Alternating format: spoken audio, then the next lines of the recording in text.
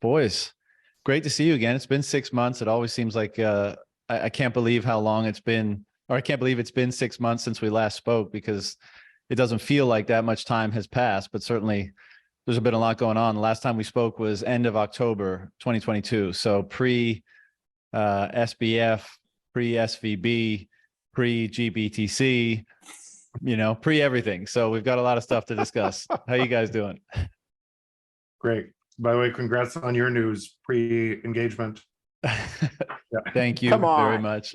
Thank you. Come on. There you go, Foss. Can you tell me some details? Details. All right, details. I was in the south of France with family for the last 2 weeks, and I had the ring. So my grandfather gifted myself and my two sisters diamonds from a ring that my grandmother wore for her whole life, and he wanted us to use it when we got engaged. And so I used that to get a ring made in Newfoundland. So I had my mom help me make the ring, and she handed it off to me when we were in France. And when I got back, I was kind of thinking, like, how should I do this? I didn't really want to do the down on one knee thing. It's just not my or her style. She doesn't really like attention or public stuff. So I didn't think doing it in a public place or a restaurant or beach or whatever would be right. So I was just hanging on to it, and I was going to see if the moment struck. And we were lying in bed, kind of having a lazy Sunday or lazy Thursday, whatever it was, a few days ago. And she just asked me what I was thinking. And I was thinking, like, when am I going to ask her to marry me? And I made up some bullshit excuse because it caught me off guard. And then, like, 5 minutes later, we were up having coffee. I was like, fuck, that was the moment, wasn't it? Wow. So I threw her back into the bed and it was like, ask me that question again. Wow. And so she asked me, and so that's cool. Because when I said, tell me details, I wanted to know about the young lady, whether you had known her for a long time or whatever. I assumed you were going to tell me the story. So my granddad made this ring for me, and I said, damn, I got to go get married now. And you were out looking for the girl to get married because you had the ring made. But congrats, my friend. That's fantastic. Thank you. She's been my girl since 2018. Wow. So we've been together Canadian for a while. Or is she Canadian? No, she's Thai. Wow. All right. Yeah. That's so cool. When you started off the conversation, you said 2 weeks and I'm in France, and I was like, oh wow, this is elaborate. Moving out. No, that was just the ring handoff. Part of the story. She follows. I'm not sure if she follows you on your social media platform, and I don't know her name, but I will tell her, because she's never met me, I hope, that she's got a good catch. Okay, and she's very lucky. But John, you probably are extremely lucky as well. So my blessings from Canada. Just do what you got to do to keep a happy marriage. It's a wonderful thing. Thank you, Foss, very much. I appreciate that. We're both lucky. And so we're looking forward to things that come next, because we want to get cracking on family and all that jazz. So we're excited. Awesome. Anyhow, what's new with you guys? I want to, like I said, I don't know where to start because so much has been going on, but I'd love to just know what is most interesting to you guys right now as we're sitting here speaking today, because there's a lot going on. There's a lot of people talking about where Bitcoin is at. Are we, is there another leg down with recession, or are we, on the upswing now? There's so much going on in the world. Where is your focus being placed? Foss, why don't you? Yeah, thanks for that. Because I think this, so guys, you know what? My life has gone absolutely parabolic since I was lucky enough to be on stage with the two of you, and then John as the host, right? You remember 2 Bitcoin Miamis ago? And here I am, some, knucklehead Canadian that had just come out with a thesis on why you can value Bitcoin as a credit default swap on a basket of fiat currencies, all right? And I'm on stage with the Jeff Booth, the Preston Pish. I apologize, Preston, for your co-host or whatever his name. And then we're there with Mark Yusko, right? And then there's this idiot Canadian, Greg Foss. Who the hell is he? And so I have this thesis on credit default swaps, and you can actually value Bitcoin because, like, everyone says Bitcoin has no intrinsic value, blah, blah, blah, blah. Well, go full circle. And Mike Novogratz, who, we love him or hate him, the man is a big man in finance, tweets out today, Bitcoin is a credit default swap on sovereign debt. Think about it. And I've been inundated. Novo, Greg Foss has been saying this for years. And Novo, you know, this kid in Canada has been saying this for years. And, you know, don't steal his shit. Don't steal his thunder. And I'm fine with it. I don't care. It's just a thesis. But did you guys see when, so this is how much I love Bitcoin too. So that's 3 years ago. It's just today. Novo tweets this thing out. I'm like, well, okay, my thesis is getting around because I can calculate the value of Bitcoin using credit default swaps on the United States and show you that Bitcoin should be trading at over $200,000 today on USA debt alone based on insurance prices for that debt. Anyway, that's intrinsic value. Novo tweets it around, but here's the funniest thing. Novo was out there promoting Luna and Terra. You remember that? And he was a big Luna Terra guy. And the Bitcoin Twitter community took my face and tattooed it on Novo's arm. Did you guys ever see that one? Where Of the course, face of Greg of course. Foss is, oh, anyway, it was beautiful. I call it the two wolves. Oh my God, it's beautiful. So anyway, this is where I'm at now, John. So it'll be, I guess if we do the math properly, it'll be 2 years almost, or is it 3 years since our first Bitcoin conference together? Probably only like 700 and whatever days, 800 days since we were first together on stage. And I've met so many great people in Bitcoin, and I'm so grateful to you two guys, and John, you as well, and for the people I've met in this community, because I don't care if Bitcoin never achieves my price target. I'm so much more wealthy for meeting guys like you and meeting young kids, and I'll talk about that later in the show if you'll allow me, through the, you know, the community. And whether it's Bitcoin Twitter, because I still don't know how to use NOSTR properly, and you know, I fumble all around with that stuff. But at the end of the day, my life has changed so positively for the better. And that's a value of Bitcoin that does not get reflected in the price, right? And so that's my intro to you guys. Preston, Jeff, you guys are unbelievable. John, you are the ambassador, the best Canadian ambassador for Bitcoin, and you don't even live here anymore. Like, you know what I say, ambassador, global ambassador. So yeah, guys, that's what I've been up to. I'm absolutely flattered that I've met so many people in this great community. I honestly believe more than ever, the banking crisis that we are going through right now will be reflected in sovereign debt credit spreads. And the value of Bitcoin intrinsically goes up as bank stocks go down. And I can show you the exact correlation using credit default swaps. Hey, you don't have to buy the thesis, but don't listen to Charlie Munger and don't listen to Steve Hanke, who says it has no intrinsic value. They are wrong, and they are going to expire. They're past their best before date. They'll expire. They shouldn't buy green bananas, right? You know the story. Let me jump in before I hand it to the other guys to get what they're particularly focused on today. And with those two guys, I mean, it's so, I don't know why they still get so much engagement, because clearly they're just playing to their incentives, right? Hanke has an incentive not to admit that a new monetary paradigm has emerged because he's meant to be an expert on monetary paradigms and affairs and how to, you know, people ostensibly go to him for his input on how to structure a new currency of some kind, or a currency panel, or whatever he likes to call it, you know? So if something comes along and says like, well, we figured it out, you know, here it is, and all you got to do is learn about it and figure out how to use it and all that kind of stuff, that kind of disrupts his raison d'etre, you know, his income stream from people looking for his expertise. So of course I don't think we should be waiting for those guys to come around. But Foss, you know, when you're saying all that, and I think we mention this all the time of just how amazing, how much our lives have been enriched by being in this space and all the people that we meet and the relationships we build, which I agree. But it's always funny listening to you, because on the podcast, you're like Mr. Cuddly Teddy Bear. And then on Twitter, you're telling people, calling people fucks, and, you know, whatever your Remember, pejorative that du is jour how is. you communicate on a trading floor. The guy that gets the most attention in a Bloomberg terminal is the guy that sends around his price run with some little funny quote on the top that gets you laughing to say, so the funniest guy I ever met in trading was a guy by the name of Jerry Lee, who traded for JP Morgan, okay?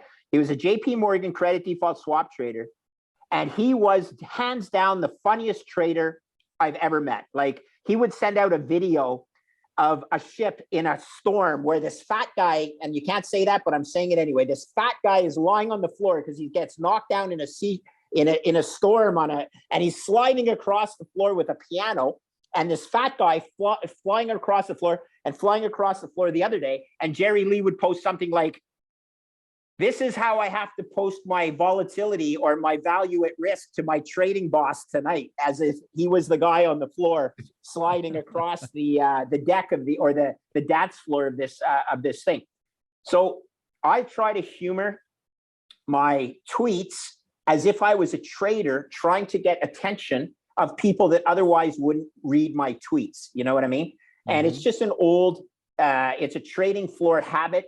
Like when you're getting crucified on the trading floor, the funniest thing you can do is send out something that shows you like you're a blood spot on a windshield or something, you know, and you're like, "Guys, help me out. I'm going out of business. This is my final day on the desk. Get me some bids," or something like that, or "Get me some offers. I'm short something."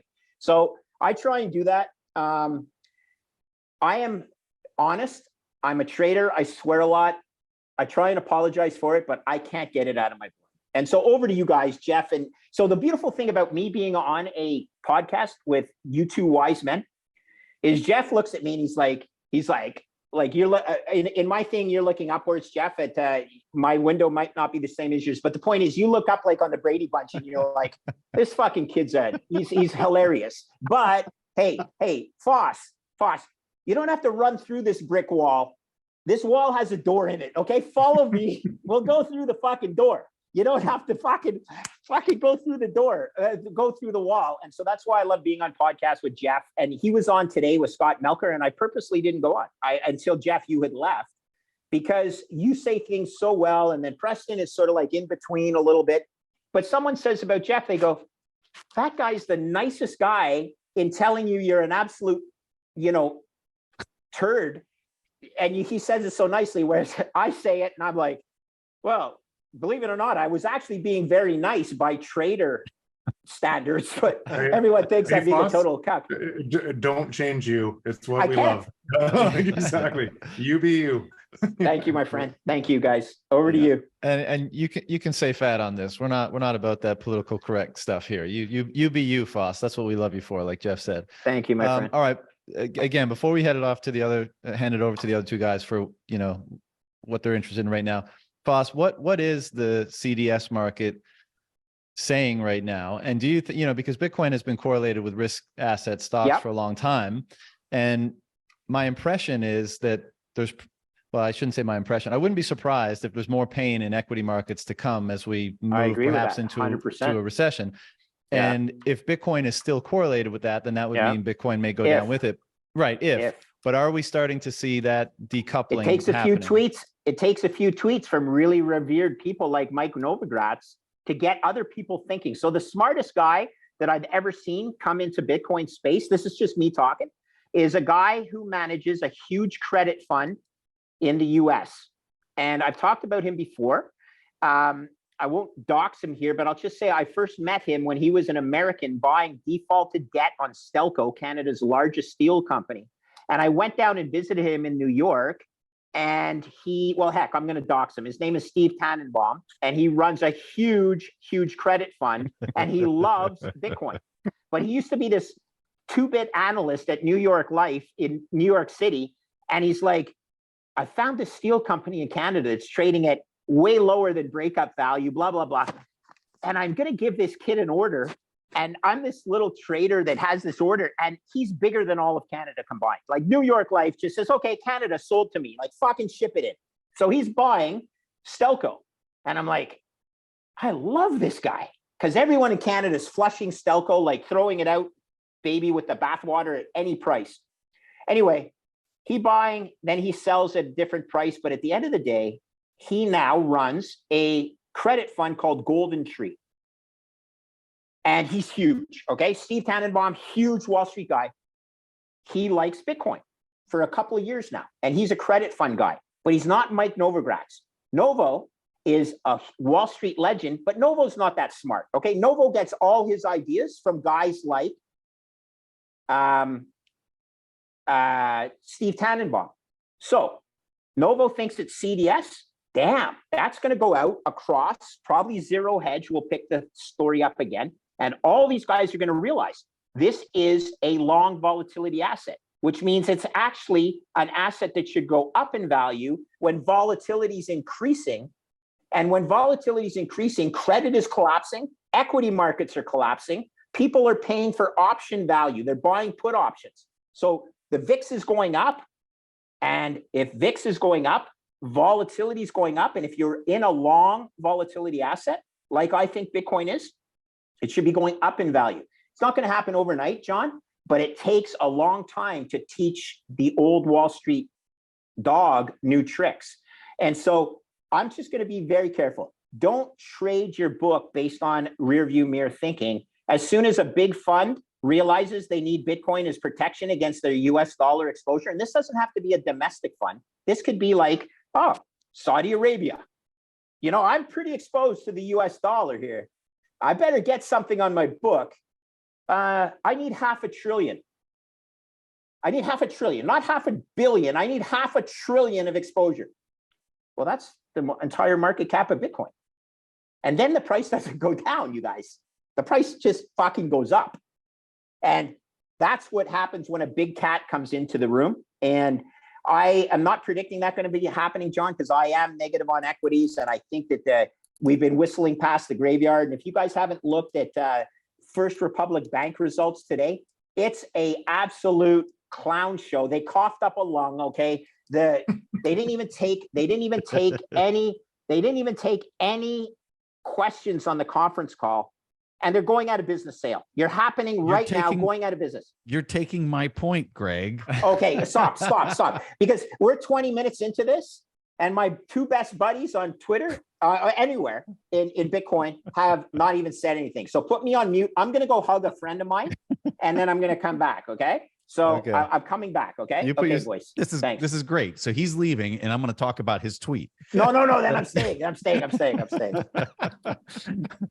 So the thing you're talking like, what am I looking at today? And Greg's tweet is so in your face, and it encapsulates what I would tell you has been like the story since the start of this calendar year. So First Republic Bank, I'm literally reading Greg's tweet right now. So Greg's still speaking. He's speaking through me. First Republic Bank halted. What's he doing? Down 38% on the day. Market cap is under 2 billion. He goes on. So, I mean, this is huge. This is massive, because what we're really getting at with this, nothing has been solved, right? Like, they stepped in with this backstop facility, and they added, the numbers I'm hearing is like effectively $1 trillion in liquidity was added into the market since the start of this calendar year, to provide what, Luke Roman and others are, referring to as effective yield curve control, because they're basically providing a backstop to the sell-off in the prices for anybody that's balance sheets impaired. And I completely agree with that way to kind of quantify this or describe this. And so these the swap lines that have been open since the start of the calendar year are just massive, because the euro dollar market is just starved of liquidity. So like all of these things that they're doing, if you would warp yourself back to the 2007 kind of timeline, like these activities are unprecedented activities if you go back to that point in time. But post 2008 crisis, it's been completely normalized. People think that these actions that we're seeing right now are normal, when they're anything but the sort normal. And more importantly, and this goes to a lot of the stuff that Jeff really kind of talks a lot about, which is these unprecedented actions are making the problem worse. They are solving nothing. They're doubling down, tripling down, quadrupling down on policies that are going to bring one hell of a scary kind of explosion to these credit markets and this fractional reserve system. And just another day in the market, First Republic Bank halted 38% down. Reading Greg's tweet here, Janet, we have a problem. So that's what's on my mind. And it's just, I don't know when it explodes, but I can tell you one thing: every day just gets spicier and spicier with just intervention, manipulated markets, and a trillion here, trillion there. Like after a while, it starts adding up to like real money. Yeah, I want to build on that. I just want to say nothing's surprising, right? This isn't surprising at all. It's the same stuff that I predicted in my book would happen as a response to an exponential trend driven by technology that was unsolvable from the existing system. So this is just and then all of the other second and third order derivatives of that are perfectly predictable out of that exact same thing. Why people don't think they're perfectly predictable is they're trying to update their mental model of the way the world works with information that clashes with that mental model. And then explain, oh, it's just this time, it's just this time, it's just this. And they stay stuck, and it's getting worse and worse all around the world. And the debt in the world is already insolvent. It has been for a long time. So call it, if you kind of all of the hidden debt and everything else, call it $400 trillion of debt in the world. It's been insolvent for a long time, and allowing the free market to work, more and more deflation. You have really simple, probably the simplest thing I could say. Prices fall to the marginal cost of production. Every economist knows that. No matter what you do, prices fall to the marginal cost of production. It's why your calculator app is free on your phone. It's why your photos are free today. It's why more and more is free. Second, you have exponentially decreasing marginal cost of production. Artificial intelligence is coming at us like a wall. It's coming faster and faster and faster. That is going to merge with machines, and it's going to do so many things that you can't even imagine today, which should, in a normal market, make your life better as those prices fall and you don't have to work as hard to be able to accept them. In our existing system, they blow up the debt. And it blows up no matter what. So in our existing system, if you allowed that to happen, the debt blows up, period. And so nothing I've said so far is actually even argued.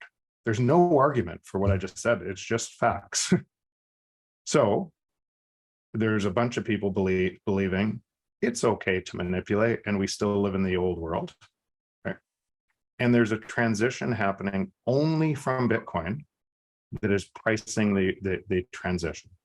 And so it's not, Bitcoin isn't actually going, you could argue maybe, but Bitcoin isn't actually going up in price. Everything against it is falling in price forever, right? It's matching the economic realities of nature, of what's happening, and you couldn't measure what's happening out of a system of manipulation.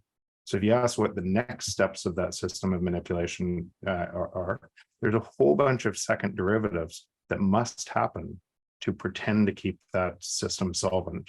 And so you could also be, if you were looking at those second order and third order implications, you can also be aware of all of those things and just tune it out, completely tune it out, and go, why it's happier in Bitcoin, why we've developed the friendships we have, because you have a truth-based monetary system that is expanding and more, and as you start to see it, you start to see all of the incredible people in the world that are building towards it.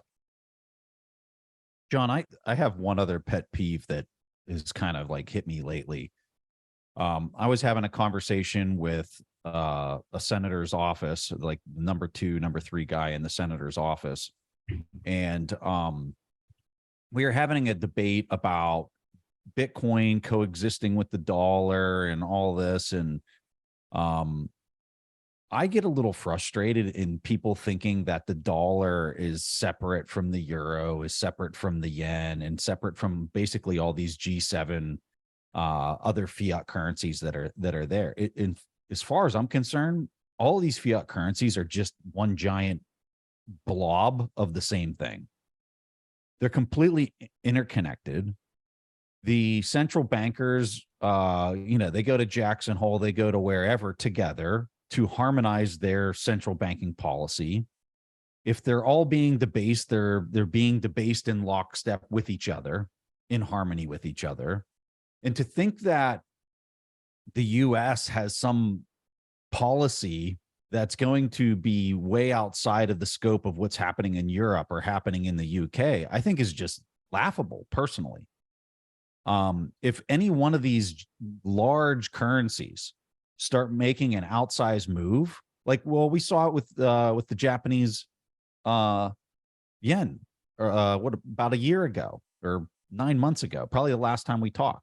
There was an outsized move where it was going down in value relative to everything else. And you saw every lever possibly to be pulled to rein that loss in value in that currency back in with the blob of fiat currency, which is the G7. You know, I'm calling it the G7. You could call it a NATO. You could call it whatever you want, but it's this giant trillions and trillions of dollars worth of buying power of fiat currencies all lumped together and working in lockstep. The reason I bring this up, and the reason why I'm so frustrated, because there's this narrative going around about de-dollarizing and how the dollar's losing its reserve status.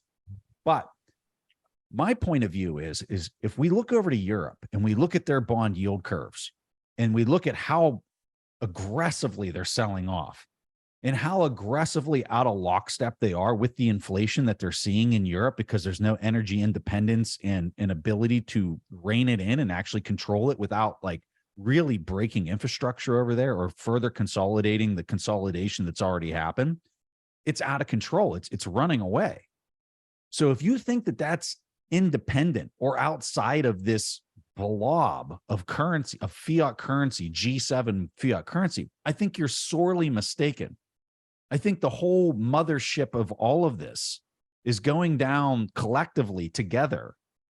And it's all tied to it's all interwoven. The disaster is all interwoven with each other. So I get a little frustrated because I think people are thinking that this is independent and like, oh, well, that might fail over there, but it won't cause issues.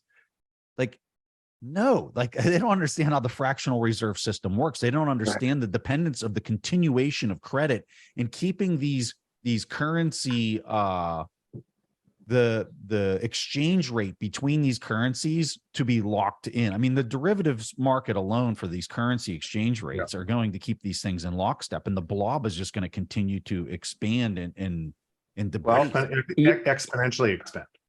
Yes. Well, guys, the key thing is that total global foreign exchange trading is actually over 30 times the size of global trade. Right. 30 times. That's because it's a math. There is a formula, distinct formula called interest rate parity, that you can hedge up the interest rate in one country through the fiat forward curve and arbitrate the interest rates in various countries because it's math. So interest rate parity ensures that the blob will move together because it's only math, as Preston said. So I like to say all fiat currencies, sorry, Preston, all fiat currencies are melting ice cubes. It's just that the rate of decay is relative, and sometimes one is melting faster than another because they have a different interest rate policy in that jurisdiction than they might have against the trading pair, which always happens to be the United States. But as a Canadian, Jeff and John, did you know that the Canadian dollar only trades against one currency in the world, and that's the US dollar? To go from the from the Canadian dollar to the Japanese yen, you actually have to go through the US dollar first before you can trade Canadian dollars versus Japanese yen. So like right there's a step that ensures the Canadian US interest rate parity theme is peg. It's not quite a peg, but it's a mathematical peg, stays in check. So this is just the way the global financial system works. Well said, Preston. But Greg, so I guess this would be the question that I'd pose to the group, right? If we can't get the spread between the inflation rates we're seeing in the EU and the UK under control from inflation to their credit yields, if we can't get that under control, how in the world does any of the rest of the connectivity, which is in the US or Japan, how do they stop this? Right? Isn't this a spiral that you're not going to be able to stop because we're all interconnected Yes, and dependent on but each other? well, so Jeff, can I jump in? Sorry. Yeah, you jump in, then I'll say it. Yes, because of this. Look, already the world realizes this, and you saw 19 other nations want to join the BRICS to organize a competing fiat global reserve currency. Did you know that and this is thanks to Lynn Alden and I know James Lavish, but I think I think Lynn was on it first, that the BRICS, the GDP of the BRICS is now larger than the cumulative GDP of the G7 nations. So just think of that from a global trade perspective, where the most important G7 nation, yeah. So this is why it's going to change. But the funny thing is they're trying to change it using a different fiat basket. But go ahead, Jeff. So let me jump into that, because there's even in measuring GDP, right? So where's your calculator app in GDP? Where are your photos in GDP? And that's what's happening here is more and more is falling out of GDP. There is effectively one buyer in the world, and it's the US. And if you said a second buyer in the world, it's Europe, which is funded by the same system, right? And that's why the backdoor operations to Europe, just who they're going to save. The rest of the BRIC countries are, you could say, like 25% of China's market is housing. And so more and more essentially store of value to protect against, and that's not productivity growth. And kind of productivity growth is typically today, because of technology, net negative GDP. So what you have is government, right, and you have a whole bunch of essentially exporting nations. Net negative, though, not net negative, negative growth of GDP, but still negative growth. Yeah, negative growth. Negative growth of GDP, but negative growth of GDP. Yeah. Yeah, but again, if something moves to free, where is it in GDP? Oh, cool. Because when you asked where my photos in GDP, so that's your point. I'm like, what the hell's GDP? Where do I find my photos in GDP? I thought you were talking about an app. Where do I find my calculator? Yeah, I get it. GDP. All of these things. Where do we find this? What we're doing right now in GDP? I get it now. Yeah, I get it. But the point is, that's actually my point. There's less and less things to make go up.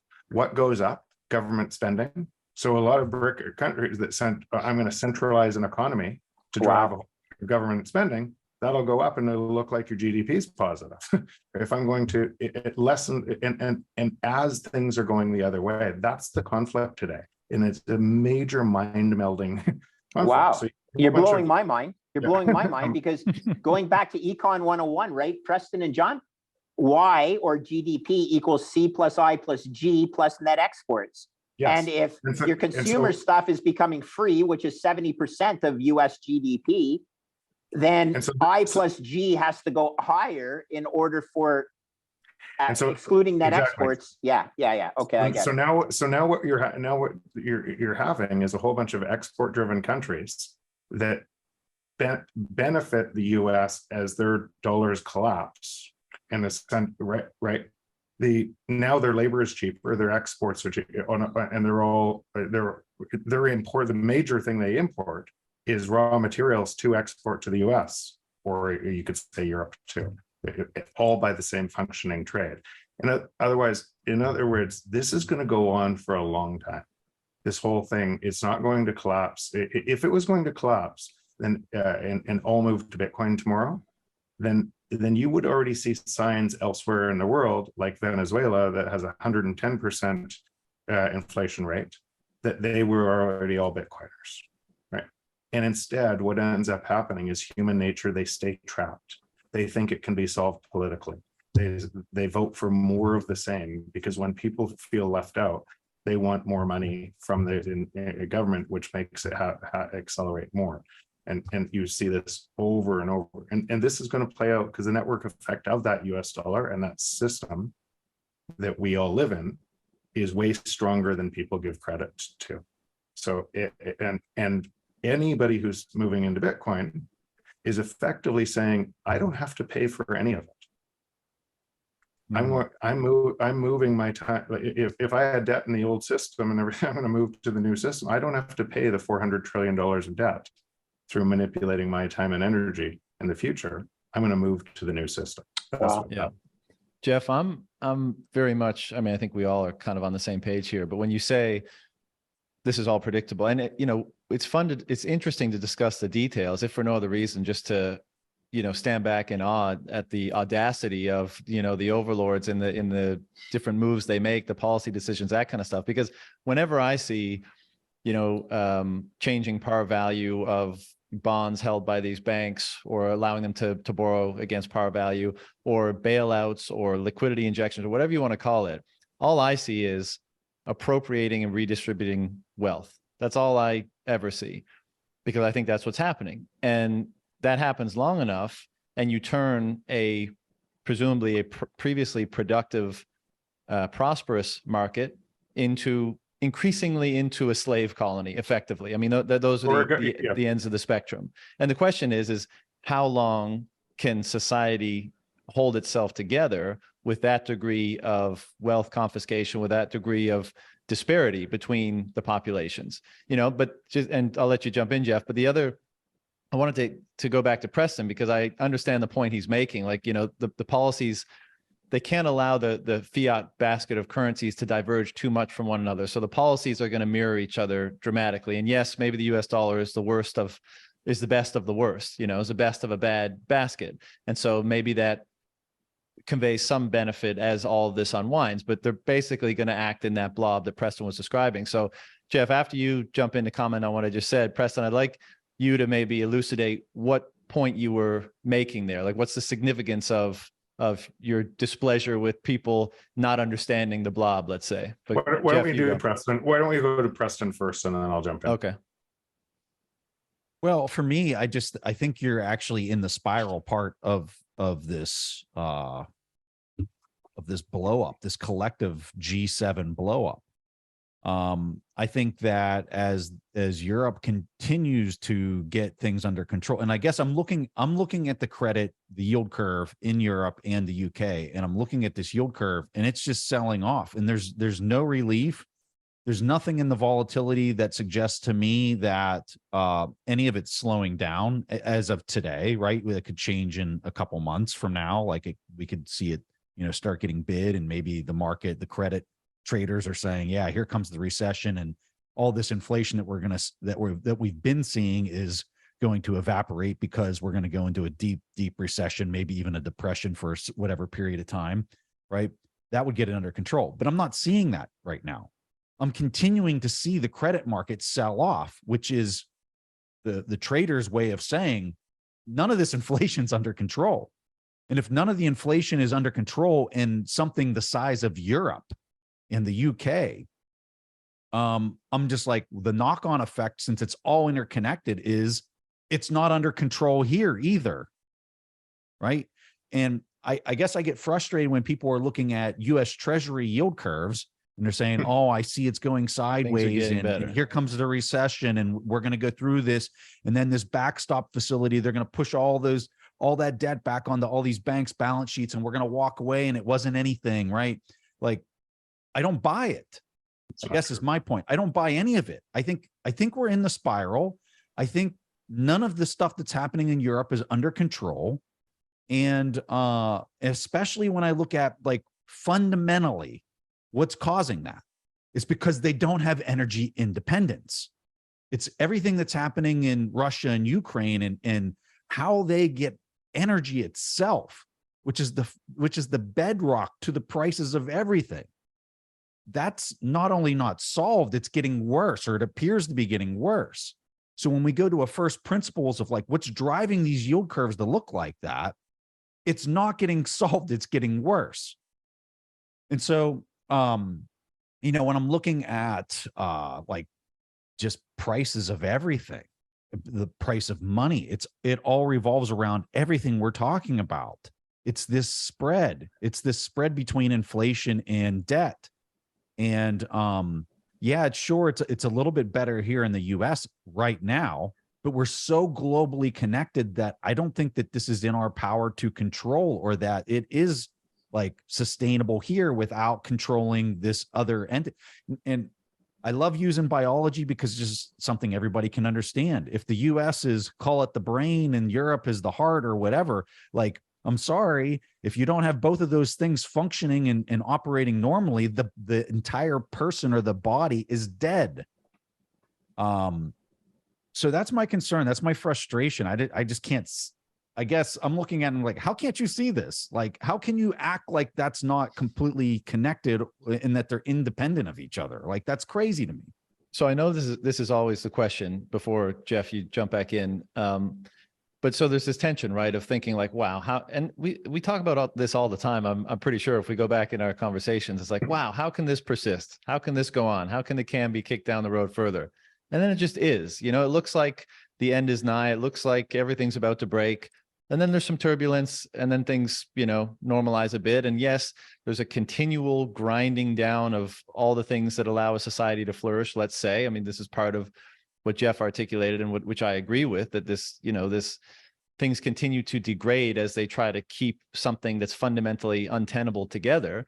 But it ends up taking longer. So Preston, I'm getting the sense that you're kind of sitting there being like, I can't see how it can persist that much longer. I mean, the cracks are so significant, but Jeff, you just finished saying this could go on for a long time. So, you know, Let me jump. What about that?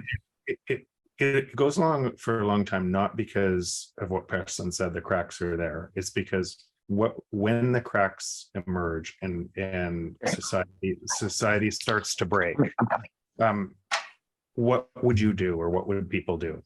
And what they do is they reinforce the existing system. They think it can be solved by a new leader within the existing system who's going to print more money. So it's human nature that keeps it going on for longer, rather than math.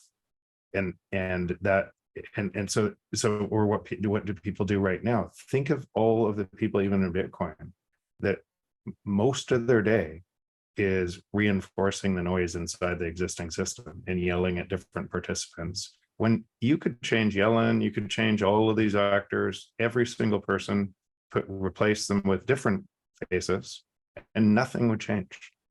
It can't change from that system. It has to be it's only changing from a new system that is essentially repricing that entire system in a transition. But what will people do is they will through their actions make the existing system stronger against them. Let's use it as an example to make it tangible. So a lot of people are today think real estate's really safe inside that existing system. So they'll buy real estate to keep that asset, to be able to protect them from the devaluing dollars.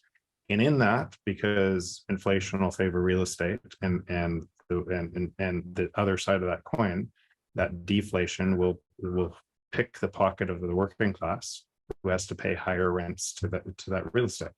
And you'll get the 0.1% of population taking way more than the 99.9% of the population, and it'll get worse than it is now, a lot worse. And there's nothing inside that system that can change what I just said. No matter what, it gets worse. So now, with a government fighting for control for a populace, and the populace emerging from the most of them are being robbed, what will they do on a CBDC? They will vote for a CBDC so that they can get more money.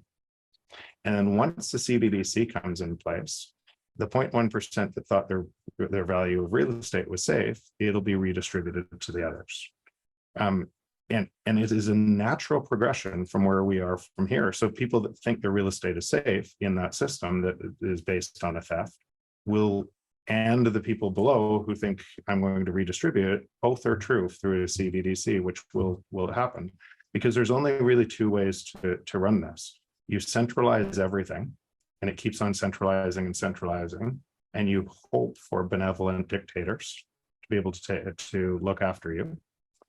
And you do so by increasing the price of everything to make sure that happens, or you let the free market solve that problem. And in the free market, prices would fall in lockstep as jobs left the market, right? And you would get more. You'd have to work less each year, and you would get more for less each year. as jobs fell away. But those two ends of the spectrum. So China's idea of how to make this work is centralize everything. Right, that is their kind of the policy that they would run, to centralize everything, and that'll get worse, and that'd be very dystopian. And what the U.S. today and other countries are doing is trying to follow China's playbook, and it would be the worst thing for you can't win that battle by copying China's playbook.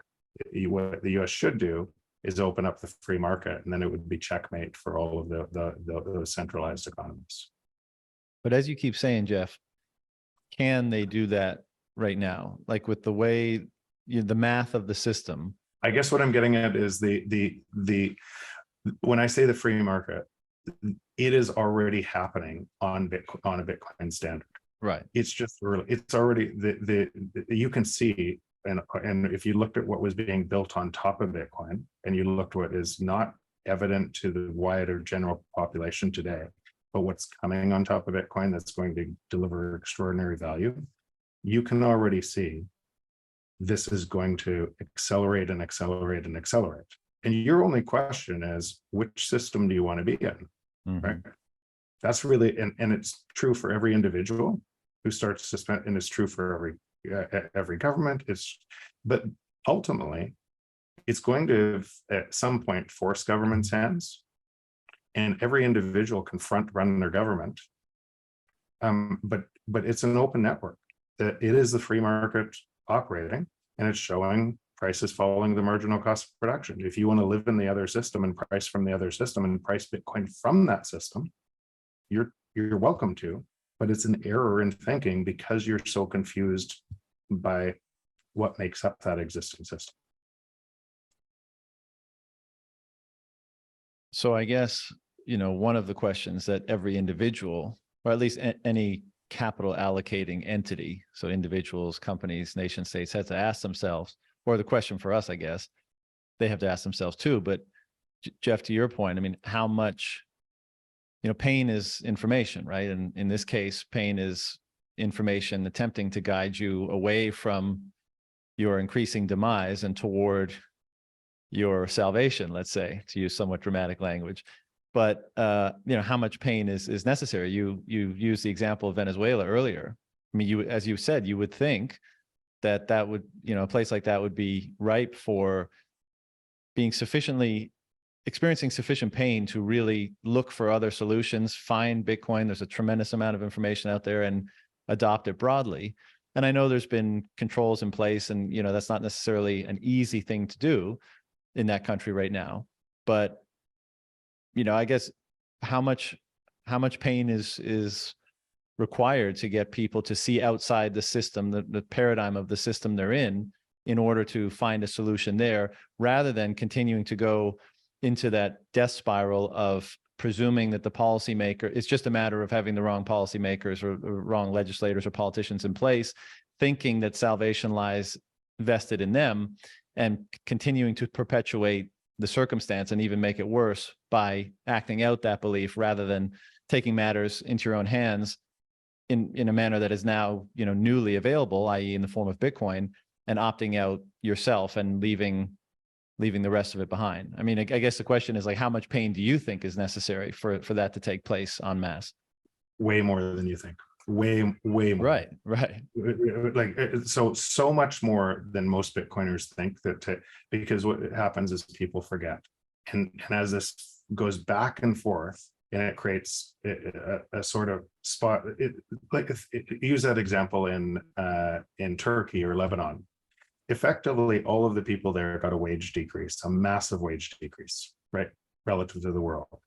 And what will happen is investment will flow back into there, and people will think they're winning again and be rug pulled again. And it'll happen over and over. That's what's been happening for the last 20 years. But put it into your own society, put it into your own thinking. And I know I'm talking to people who are way further up the curve to understand what this system looks like. But how many people, even in Bitcoin today, are spending most of their energy yelling at the existing system when there's nothing that's going to change? right? Absolutely. And how many people, and then how many Bitcoiners are only holding Bitcoin as an asset, as a hedge against this existing currency collapse and everything else that they're worried about, and not actually living in that system, spending it and everything else. And then ask yourself, how if 90% of your time was inside the fiat system, yelling at it, doing spending in it and everything else, and 10% was just acting as a hedge, how fast would the new future that you wanted to happen come to fruition? And what you'll see in that is that hypocrisy that each of us might have too, and how much of our time is building to the future we want to see versus talking about it, just spending our time talking about what we're seeing. So, Yeah. John, one of the reasons why I think why it almost feels like the time just keeps pushing further and further to the right without an abrupt adoption is when you look at how much dollar denominated debt there is around the world. Then you combine that with most entities, individuals, companies, whatever, around the world with this dollar denominated debt. Most of them are barely profitable, if they're profitable. And so they don't have any disposable income to save in this pristine savings technology. Instead, they're trying to just retain buying power so they can service their dollar denominated debt and make it to the next day within their business's life, right? And cozying up to government, because if they don't get a handout, then they're liquidated, right? So you understand how the corporate and government end up taking over all sorts of economic value, and it keeps on moving. You can't. The only way you can handle the price volatility of Bitcoin, which we know is a superior form of savings on the long tail, the only way you can do that is if you have significant or moderately significant disposable income. Because when you're thinking through this, right? Like if I'm going to retain earnings as a business, I'm only going to retain what I can handle outside of my rainy day cash working capital, right? Like I need 3 months or 6 months of cash on hand to service all of the bills that I've got to pay going out the door.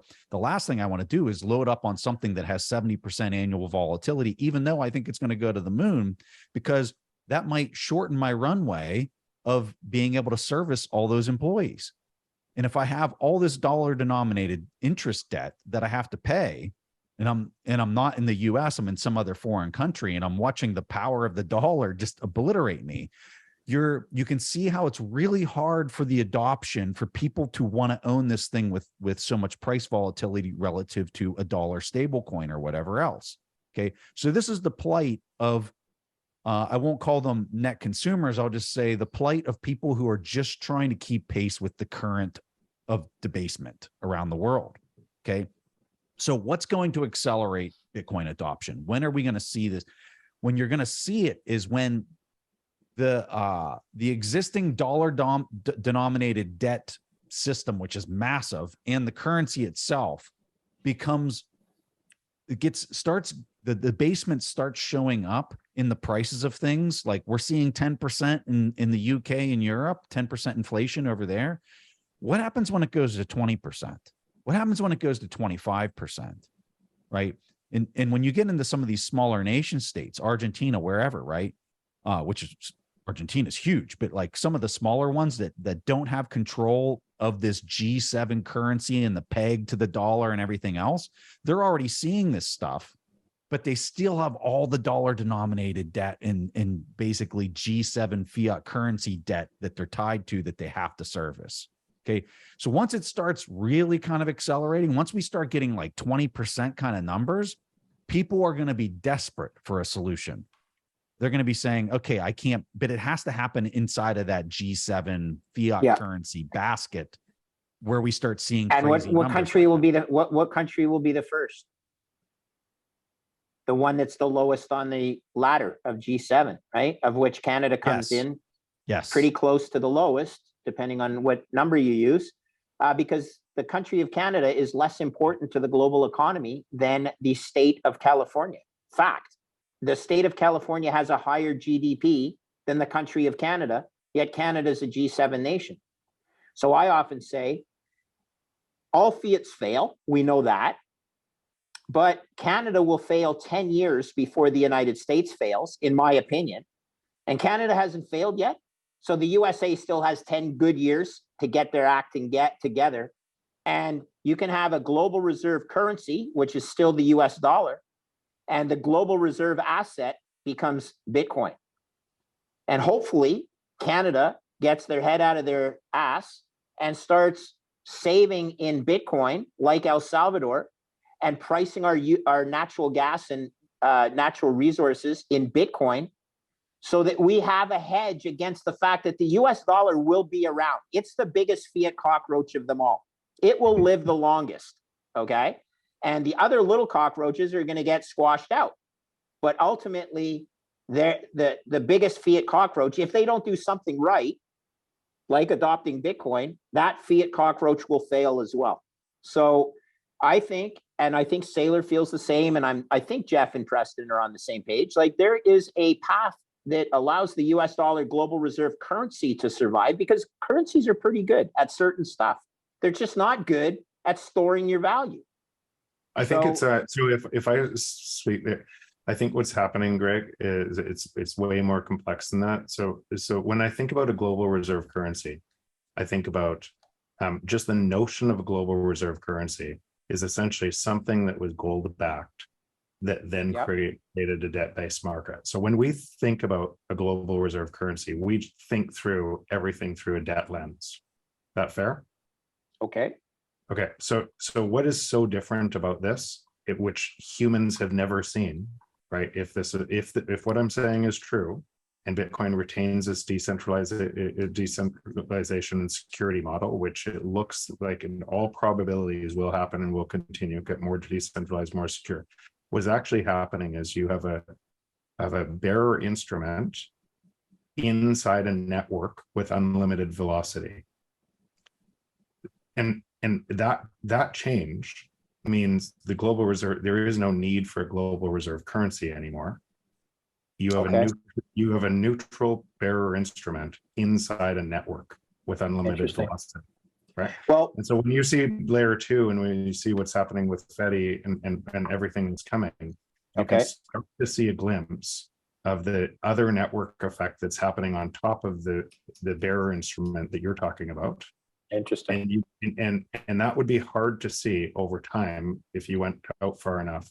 Any fiat currency trying to be a reserve currency in the world, because for global trade to happen without Triffin dilemma, you need a neutral reserve. Okay. And this provides a neutral reserve bearer instrument. Inside the network.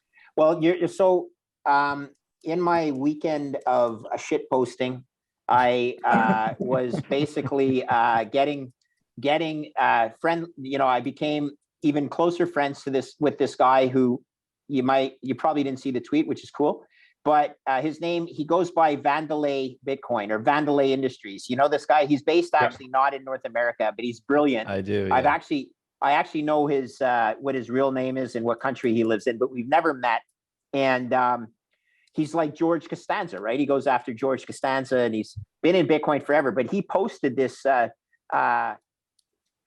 one of the better Wences Cesar's 8-year-old video on Bitcoin. And when Cesar's was trying to orange pill the gold conference in Chicago like 8 years ago. So the 2016 gold conference or 2015 gold conference in Chicago, when, by the way, Bitcoin was under $500.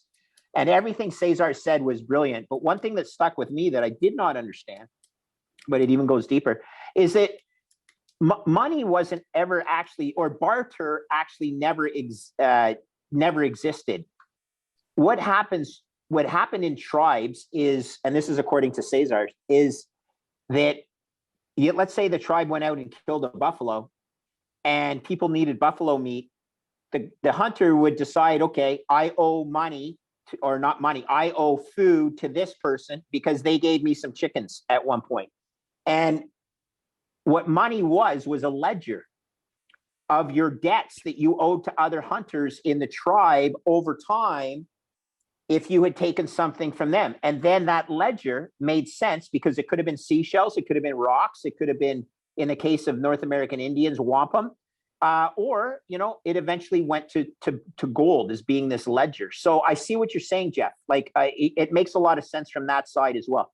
I guess I'll just firmly plant myself right in the middle here and say, it's not happening quickly because the other system is just so big and so ingrained that you can't change it overnight. And by the way, I don't want to change it overnight. And I don't think Jeff does either. We've talked about this network transfer where it's not like a light switch. You turn one off and you turn one on.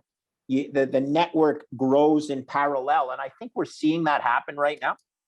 The people that are coming into this Bitcoin community are blowing my mind. I finished reading Jason Lowery's book, Softwar, which is 400 pages of absolute intense, in my opinion, brilliance. Other people might think it's intense drivel, but please read it because I am blown away by the intelligence of this young man. It's a little repetitive, but everyone says Foss is repetitive too, because we repeat ourselves because people don't listen. So you have to say the same thing 6 ways. You're good at branding. That's all.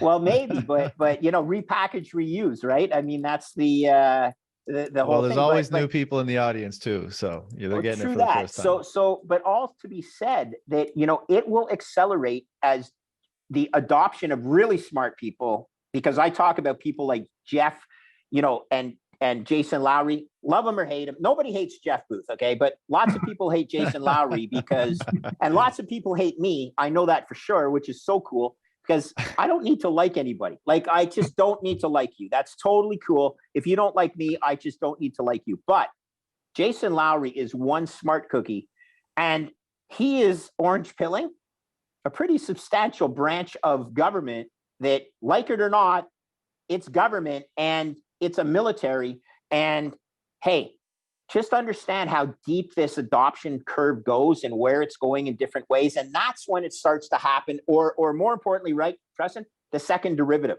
It's the acceleration. It's not your velocity, it's the acceleration. It's your second derivative of adoption. So yeah, it won't happen quickly, but guys, it's already happened so quickly.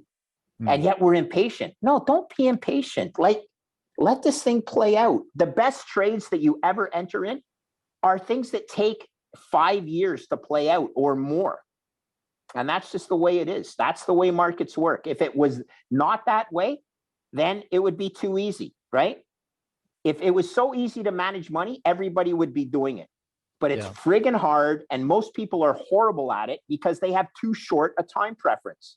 So Well, I mean, we're always, excuse me, you know, they want things to happen too quickly. right. I mean, we're always impatient for the things that we want, right? And Foss, I totally agree with your point. And it's so interesting that, because you try to wonder, like, what's the thing bringing in this intellectual capital into this space? And I mean, just broadly speaking, or simply put, I think it's because it's not just intellect, right? I think a lot of people are drawn in because there's an inherent ethic or principle or value within Bitcoin. You know, that's why you come in, because you say at a minimum, yes, that is a more fair and rational system to coordinate our affairs of scarce resources and time amongst each other. Beautiful. So yes, yeah. I want to be in that system.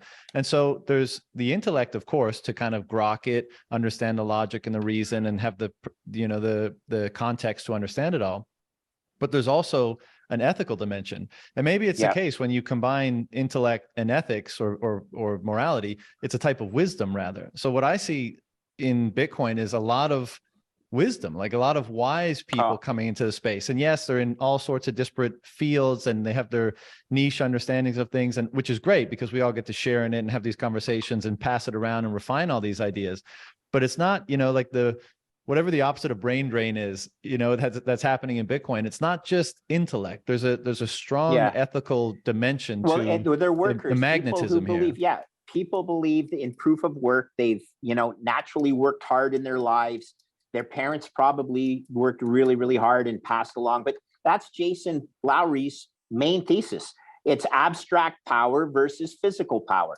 It's power that's awarded by rank and proof of stake versus real physical power projection. And he figures, and I can't back this up, but I know this is a stat in his writing. He figures there's less than 10,000 true abstract power players in the world that are controlling the whole world. And there's 8 billion people in the, well, I don't even know how many people there would be more than that, because I read that stat in the same book too, but there'd be a lot more than that, because it's an entire system of incentives that rests on fair enough. But I guess he's probably saying the real, the general, anybody above general, or the equivalent of a general in the military or whatever. But the point is, again, stick with me, it's abstract power versus physical power. It's proof of work versus proof of stake. Okay, you mean, or in the case, abstract power, proof of stake, physical power, proof of work. And maybe one of the things I'll just hit on here is Bitcoin, to me, describes, it's a prism, and you describe yourself through it rather than everyone else, right? And everybody's way into that is different, but all of those voices make it stronger and remove the need for any one person in this. So when I hear we are all Satoshi, that is what I think about Bitcoin. Every one of us. It's essentially the better nature of us inscribed into the network for all of us. So and so all of those things. That's why I don't get fussed. And when I read Jason's work and stuff, and even when we first met him, Foss, I thought, wow, this is an interesting lens, a different prism that might not have been explored. Maybe other people said it before, but they didn't, maybe without his stature, or it hadn't been explored at the level other people, they didn't take it seriously. And he wanted to push that forward. Now, I think what people don't like about it is it comes across as he's the guy, it's his thing, and it comes across as ego, which they attack. And so for me, I could care less about any of those things. Did the argument itself make Bitcoin stronger or weaker? And because Bitcoin is anti-fragile anyways, it made it stronger. And all of those and all of those things, you could take that and you could just say, is this another way in for more people to this network? That's a net positive. Same reason some people would turn against Peter McCormack, who I love. But again, these are just different ways in to a network that are bringing. Here's my proof of work through a different way. Yeah, real Bedford. Exactly. Love it. Congrats to Peter McCormack, eh? Congrats to Peter McCormack, by the way. His football the team won the cup or something. He sent out a stat that blew me away. Stick with me here, but there's something like 900 different teams in the UK, football teams, and none of them went undefeated except his. It's wild. Now he's at a lower division. So I went there. It was so cool. What he's doing in that town. Besides, we see him on Bitcoin podcasts and everything else. What he's doing on that town and in that town is magical. He owns a bar, owns this. You should see the kids look up. It looks like Uncle Peter and everything else. And he's donating to a whole bunch of the junior teams and everything. It's a beautiful thing to watch. Awesome. I came away super impressed. Nice. In the way that you're taking Bitcoin into your passion and you're expanding it around and making a meaningful difference. It was awesome. Well, that's part of the point you were making earlier, right? Because a certain cohort, a certain percentage of people will try to understand their circumstance, the solutions to their problems, all that kind of stuff, and they will find their way down the rabbit hole. But I think for a lot of people, they'll see downstream things in their lives that they aspire to, or that they want, or they envy, or they admire, and they'll want those things, and then that'll just mean they have to opt into the manner in which those things are manifest. And I see that being the primary mode that most people end up adopting Bitcoin, because they'll look at, pick your thing, Peter in Bedford, El Salvador, each of us in our own lives, and they'll say, what are those people in those places doing that allow them to have that degree of freedom and peace and prosperity and peace of mind and relationships and all that kind of stuff? Like, what's going on there?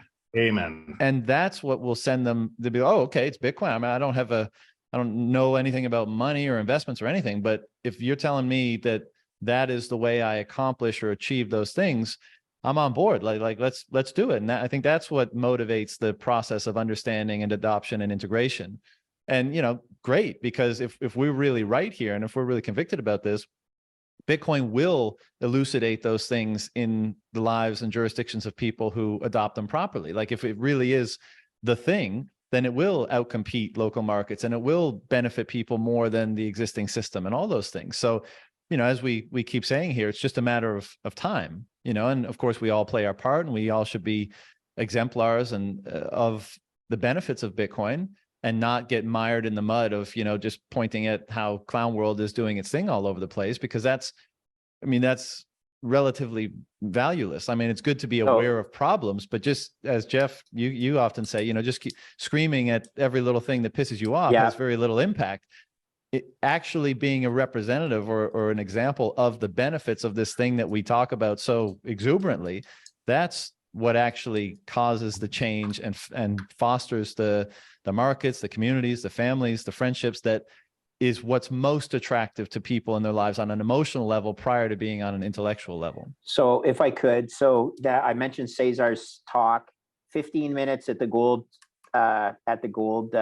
Symposium in Chicago 8 years ago. He started his speech by saying, there's an old Spanish saying, when the genius points at the moon, the fool looks at the finger. Okay. And, you know, that's a pretty deep saying where the genius like Jeff and Jason Lowery are pointing the way to the future.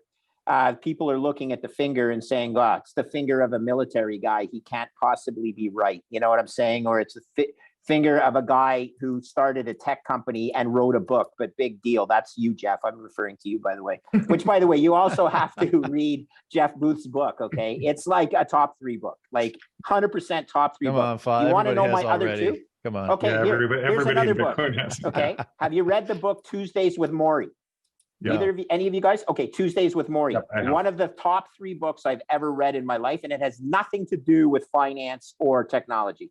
Tuesdays with Maury. I'll save my 3rd one till some other time, but at this point, it might be a nice time to dovetail with this young kid I met over the weekend through his mom, who DM'd me. And she said, my son is X years old. He's not old enough to drive a car, so you can appreciate how old he is. Wants to come to the Bitcoin Miami conference so bad. I'm driving him there. So she's within driving distance of Miami. And I'm just wondering if you would have 2 minutes to meet with him. And I'm like, 2 minutes? I have all time in the world. I'm going to meet with your son. You let me know how I can help him further his education in Bitcoin. And so she's like, oh my God. She said, it took me, and I'm not trying to build myself up. She said, it took me a long time to work up the courage to even reach out to you, to ask you. And I'm like, come on, look at me. Like, I'm pretty approachable. Like, am I really, like, this is Greg Foss. This guy's the biggest donkey that ever lived in finance. And yet I survived 300, or not 300 years, 35 years, because I just wasn't stupid. Okay. Like, don't do stupid stuff. So don't look at the guy's finger, look at the moon. When somebody's pointing the direction, don't look at who's the finger, look at where they're pointing the direction. So I'm going to meet with this kid. His mom's already so jazzed, and he's already set up a Twitter handle. So I'm going to ask you guys just to bear with me. His Twitter handle's @GenZ, so GEN and then capital Z for the number BTC. Okay, so Gen Z for Bitcoin. And he was mocked at school for reading Bitcoin books at school. And all the young kids were like, God, come on, dude, get with it. You know, it's not Bitcoin. It's either some shit coin, or Bitcoin's dead, or, you know, it's not cool, or you just have no idea what you're doing. And yet he's persevered. So he has this business idea. And I'm going to try and help him out through the Looking Glass education platform that I'm involved with in the education side. But I'm just so excited that a young kid who's 13 years old, he's going to be replacing Charlie Munger. Okay. Someday Charlie Munger will pass away because it's only statistics, and that money will be managed by other people. And eventually it may be managed by this young man. It doesn't matter. The point is, we win this battle one funeral at a time.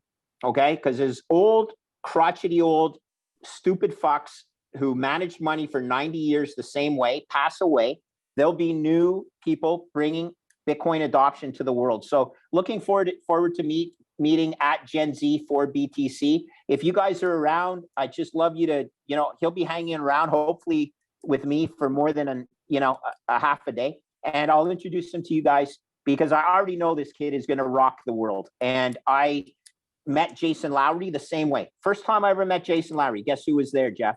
Peter McCormack. And I took Jason Lowery out for dinner in Boston just cause. And it was a great time. And Peter McCormack's the real deal. And you can say what you want about either of them, Jason Lowery and Peter McCormack. I'm not going to change my mind, but just don't look at the finger. Look at where they're pointing, not at the finger of the genius that's pointing at the moon. So I hope to be that person someday. I will tell you, I've met these kids through Bitcoin community, and I'm pretty happy that they are part of our community. So that was my segue into Gen Z for BTC. And that's why adoption will continue, guys. Just that simple fact right there. Yeah, that's a lovely story, Foss. And I'm sure you've done a ton of that kind of stuff. And, connecting with like-minded people, doesn't matter what their age is, and people that are mission aligned and all that kind of stuff. It's super important. It energizes people, business plans get hatched, career paths get determined. So I think that's awesome. I have two, one comment and one question, before we maybe move on. But the flip side of all this, it's so great to be in this space and it's very enriching. And, us kind of saying it's better to be positive and constructive, which I absolutely agree with. One of the things that I love about this space is that people have the willingness, and sometimes a little bit too enthusiastically, but I appreciate it, but the willingness to point out imperfection, at least as far as they see it, whether it's intellectual, whether it's ethical, whatever, because I want that. I don't want to be in a place where everyone's just, kissing my ass the entire time. It's nice to hang out with people that just some of the time.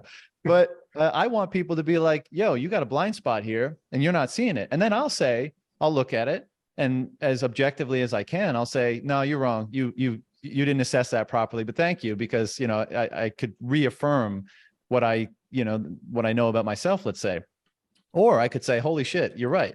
That was a blind spot. We all have them. We're going to have them forever. We're going to have them in a variety of domains. Thank you for pointing that out. And I don't care if you call me a piece of shit in doing it, because that doesn't hurt me whatsoever. I mean, you're just a word that, you're using to, like, I'm just not affected by that. So I really appreciate that. Not only do we have intellectual weight here, not only do we have this thing in Bitcoin that's emitting an ethic, if you like, and magnetizing people towards it and causing them to express it more perhaps in their own behavior, but also it's an emboldening people to elevate and hold certain principles, morals, ethics to a higher standard, and calling them out in their peers when they see there's a deficiency. And I really, really appreciate that, and so I'm not sitting here saying, it's all kumbaya and like, don't criticize anyone. I'm saying, I think it's better to be on average more constructive and productive, but I very much appreciate the fact that we seem to be amongst a group of peers that will say, look, I think you're being unethical here. Look, I think you're being an idiot here. And I'm more than happy to take that feedback, put it through my own filter. And hopefully it's all the case that we all want to improve, enhance our understanding, but be better people. And so we can take that information and we can leave the pejorative aspect of it, or the emotional aspect, and just take the data. And if it's valid data, we integrate it. And if it's not, we leave it and on we go, and I absolutely love that is, seemingly a hallmark of what we're all involved in here. Yeah. The best risk managers in the world, John, are those that read research that is counter to their thesis. Okay. Right. Because they've developed their own thesis, and then they seek out research that doesn't applaud them how smart they were for doing their thesis. They seek out research that tells them they could be wrong. And then if their thesis, lives through the criticism, they don't change the thesis. But if it doesn't, they're like, ooh, I better adjust my risk basket, right? Exactly. So I worked with there were a couple of people in my life that have taught me some really, really important ways of managing risk. And one of them was portfolio manager who basically said, look, I don't want to read research that you find that tells us how smart we are for having this position in our portfolio. I want you to find the research that tells us that we might be sitting on a time bomb here. And if we can debunk their information or their research, we will continue to hold this position. And if they raise some valid points, then you're like, well, I better adjust. And that's why I always say, look, I've survived 35 years by controlling my losers, not by pounding my chest on how smart I was on my winners. That takes care of itself. That's pretty easy. It's controlling your losers. So I will say this, Bitcoin is the best asymmetric trade I've ever seen. You guys know this, I've said this, but perhaps what I haven't laid out, it's my belief that in 35 years, I only saw 5 true asymmetric trades in my career. And the first 3, I was too smart to actually go into them because, you know, I was scared. Like I just wasn't a good enough risk manager. And I know that there is there, but I put a little bit, not enough substantial amount into it. I'm talking less than a full percent of a portfolio into it to make it really make a difference. And they weren't extremely asymmetric, but the first 3, I overthought the process. Then the 4th one, I actually put a lot of my capital into, but I sold before my thesis had totally played out. And I made really good returns, but not as much as I should have if I had never been, if I had not lost my conviction. And I tried to get too smart by a half. Here's where I'm going with this. Bitcoin is the best asymmetric trade of all the previous 5 ones I've seen. In 30 years, 5. You're not going to get these chances often, people, okay? They don't come along like a train, like a bus. You have to be lucky enough to be in a situation to identify these. And most of the population is going to turn around and they're going to say, oh, this Bitcoin thing, they're either not smart enough or they don't have the conviction to stick with it because of volatility. When in fact, it's the other 90% of their portfolio they should be focused on, and they should just put Bitcoin there up to 10% of it and not worry about that 10% of your portfolio. That's going to take care of itself. It's the other 90%. Best asymmetric trade I've ever seen, and you get talked out of it by fudsters and volatility and all the things that markets make you do. You talking about Bitcoin like a trade triggers me, Foss. Well, I'm not. I'm trying not to. I'm trying to say it is an investment opportunity that has a 20-year time frame. And please, I just don't care to watch your technical analysis. And I love Tone Vays. Like, you know, he's invited me to Unconfiscatable to speak this year. And I still hope he does after I say this. TA is for fucking losers when it comes to Bitcoin, okay? You're overthinking things, okay? When I say TA, that means technical analysis. And Tone has got a following of people who follow him. That doesn't mean that he doesn't bring value to the table, but I'm trying to lower your time preference, extend your investment horizon, because this is an opportunity that you are not allowed to overlook based on someone who's only seen 5 of these, not even as good asymmetric opportunities in their entire career. I hope that's clear. It is very clear, and I agree. But so my previous statement was a statement. I had a question attached to that. Maybe Preston, you can all comment, but Preston, you might be the best one for this because I think you've had the most one-on-one time with Lowery. And I haven't read the book yet. I plan to. I think I have a pretty good grasp of his thesis. But to what end is conveying this perspective, this way of understanding Bitcoin? What is the end of that? You know, so we've been talking about adoption throughout this conversation. Like, you know, what let's say it's accepted that this is a legitimate way of assessing Bitcoin. I mean, there's no one way to have a perspective on Bitcoin, right? It's many things to many people. It has many different applications. Perhaps the logic of the way he's framing it is valid. And perhaps it will change the nature of, let's say, dispute resolution between entities in the future.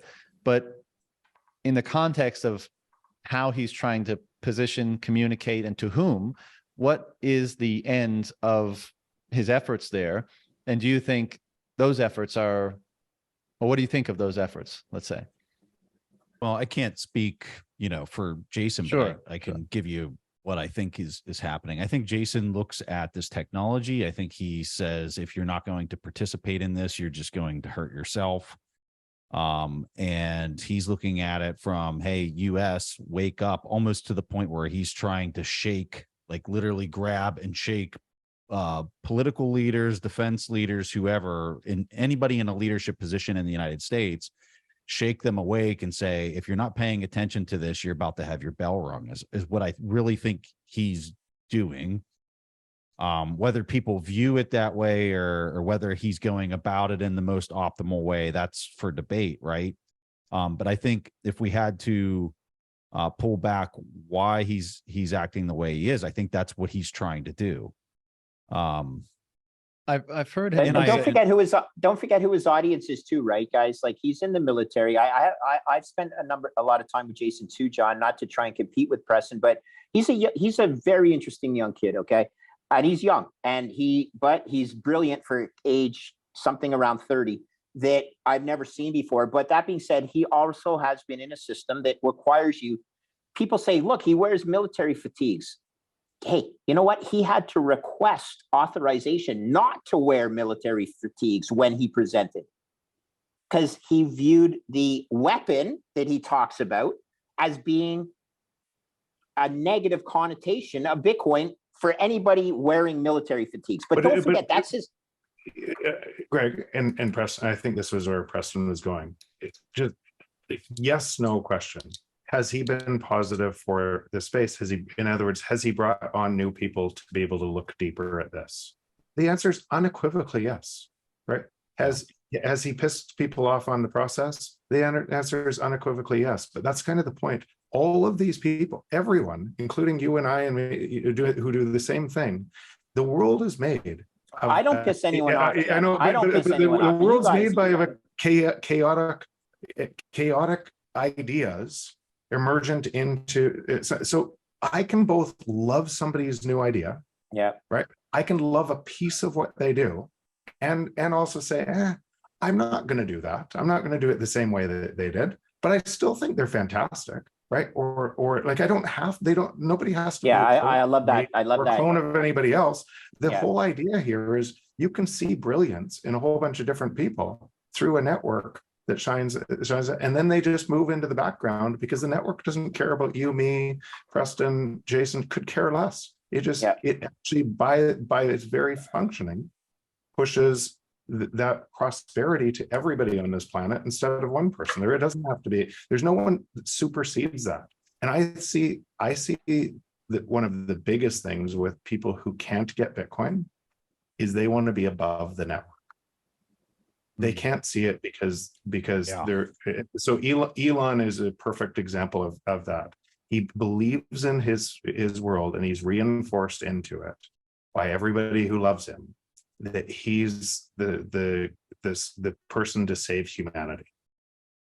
And if you believed that, if you believe that you're the person to do that, then you couldn't see Bitcoin. You couldn't be all in on Bitcoin because it robs you of that power. No different than Elizabeth Warren, who from just a different filter on the same thing, who all of her community that loves her for attacking big interests without without understanding that comes as a result of picking their pocket. And would Elizabeth Warren or Elon Musk, both exactly the same thing, question everything in their own narrative to be able to break down what gives them their love and reverse course, or would they just believe who says they're greater? Now, when you understand how powerful that is, and it's powerful in all of our lives, what I love about a lot of the Bitcoiners is this: for myself, I am aware of that in-group bias. I'm aware of if it happens to everyone else I can see, then it must happen to me too. So how do I prevent that from happening to me? And how do I just lean into the greatest parts of different people that I really respect and leave the not so great parts behind because I like the great parts just as perfect. How do I take that little thing that they taught me and be a little better in my life on that little thing they taught me, instead of trying to incorporate everything that I don't agree into my life? Wow. First Republic shares are down under $9. Okay. Down 46% on the day, Preston. That's insane. First Republic Bank now has a market cap of around $1.5 billion. And my tweet, you said I go on. One of the salient points is I calculate the market, or actually the book value of First Republic to be somewhere around negative $10 billion. Okay. So the delta between where the stock is actually trading versus what its true book value is about another $11 billion. And it's only got $1.5 billion in positive. Okay. So it's so toast, it's done. Okay. I'm really sorry. All you fine people that work at First Republic, your chief risk officer was a fucking knucklehead and your stock is worth zero. But it's not First Republic that you have to worry about. It's the contagion effect. Sorry to do this huge thing, but I'm a trader. The markets are still open. And by the way, I have no axe to grind in First Republic. So I'm just warning people out there. Banking is all the same. And did you know the biggest bank short in the world is on TD Bank, you guys? Now, it could be partially because of an acquisition that's taken place in the not convertible arb traders, the takeover arb traders are shorting one versus being long the other, the stock of the acquisition candidate. But at the end of the day, the biggest bank short in the world is on TD Bank, big green from Canada. And oh yeah, I used to work there, and I can tell you, there was a time that TD Bank, if they truly had to market their portfolio of technology, media, and telecom, TMT, you might not have been buying the bank stock at exactly the price you should have been buying it at relative to the true risks of that portfolio. So TD sidestepped the LDC debt crisis like a champ. They had no Latin American debt exposure, the only Canadian bank not to. But the flip side was, in the great telecom, media, and technology, media, and telecom TMT meltdown of the early 2000s, there was no other bank like TD that had the exposure they did. So I'm not calling for that. I'm just saying, people, in 5 line items of disclosure in a bank's balance sheet, you have no clue the true risk that lives in that portfolio. So see ya, First Republic Bank. You are gone the way Greg, of... Yeah, but again, that's actually why I know this is news today and everything else. But if you're watching the movie frame, if you're watching the whole movie play out instead of just a frame, right, there's going to be a whole bunch more of these frames. Oh, 100%. The entire thing is frame, and every time a frame happens, people are going to say, "Oh my god, and then they're gonna believe the next frame says, "Oh, we got this. Oh, I know." Preston's point before and your point before, this entire system is insolvent. And if you write down the assets to what the true assets are, and if you let the free market work, it implodes. So you can't let the free market work, and it's really as simple as that. And if you understand just that without getting into all of this, because what keeps people stuck is this: they're so scared of that they lean into it more. And why hasn't everybody in Venezuela or Argentina, why are they not Bitcoiners? Because as you pick their pocket and everything else, and they become anxious and scared, fear paralyzes our mind, and we can't think the same as we could think in it with an open mindset. So that's what's happening to the world. And every one of these credit crises is actually locking them in further to that in a system that's already insolvent. It's just the free market cannot coexist with that system, period. Yeah. And Jeff, you totally agree with your prior point. And I think that's part of taken to its extreme, that's where we get the term Bitcoin derangement syndrome, right? And I take it as meaning people that can't sufficiently humble themselves to this thing. And they continually have to act as though they're bigger than it. and it just warps their mind over time. And we could all list many different examples of that. And I also think it's why one I was referencing earlier, like the call it the immune system, as it's often called, though I don't totally love that metaphor, but one of the things that they often is often criticized is egotistical behavior, in reference to what's going on here with Bitcoin. And Jeff, you had a wonderful conversation with Breedlove recently, and where you kind of explored the idea that Bitcoin induces a type of ego death, and that's a lot of baggage on that term as well. But suffice to say that it kind of that inculcates, or as a result of sufficient humility, to allow the wisdom of this thing in, the wisdom of your peers in, and to actually engage life in a manner that is productive and constructive and hopeful and optimized in a variety of ways. So I just want to say that I think you put that extremely well. And then to your point just now, one of the things, I'm extremely focused on the orange realm, really living in that place, because I think that's where we want to end up. So why not expedite that process by acting as though it's here in a certain way? But when we talk about all the things that get done to keep this untenable situation patched together, a lot of it has to do, or a lot of it produces a moral hazard, right? Because, a company should fail, or people should go out of business, or markets should correct, and they don't, because there's this massive, all-powerful arbiter that just shifts things around to stick it together a little bit more. And that, not only does that create moral hazard in my view, but it creates, it dramatically incentivizes immoral behavior. And so as I move through the world, whether it's travel or visiting different places, lots of beautiful things to see, lots of amazing people to meet.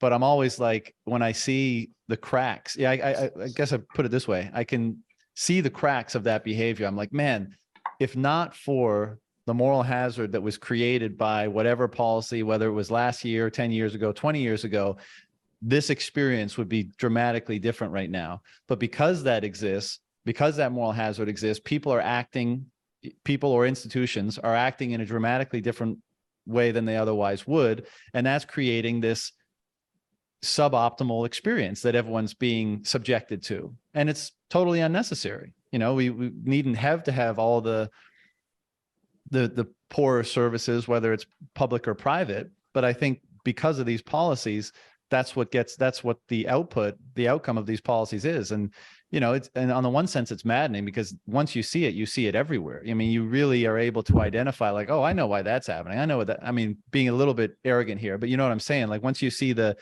meta problem, you can see its manifestations in many different places.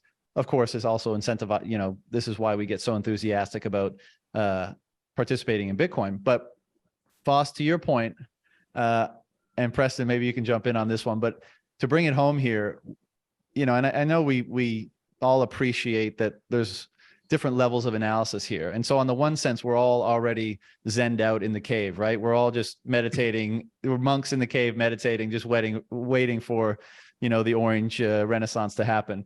But a different level of analysis, let's talk about what's happened and what is likely to happen. A lot of people think inflation's going to come down a bit in the next 3 to 6. We're going to head into a recession, equities sell off. I'd love to know what you guys think happens to Bitcoin in that sort of an environment. I touched on it a little bit at the beginning. And also, this crypto regulation that's coming in the wake of all these failures over the last, 12 to 18 months, let's say, and what your opinion of that is, in whether in the US or further afield. So Preston, why don't you get that one kicked off?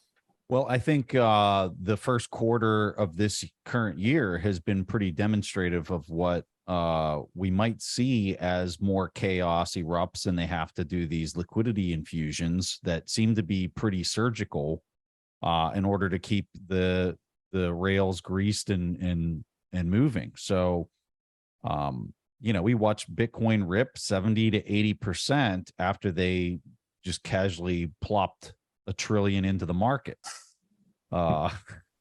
Plopped is probably the best term I could ever come up with. Backdoored $1 trillion into the market.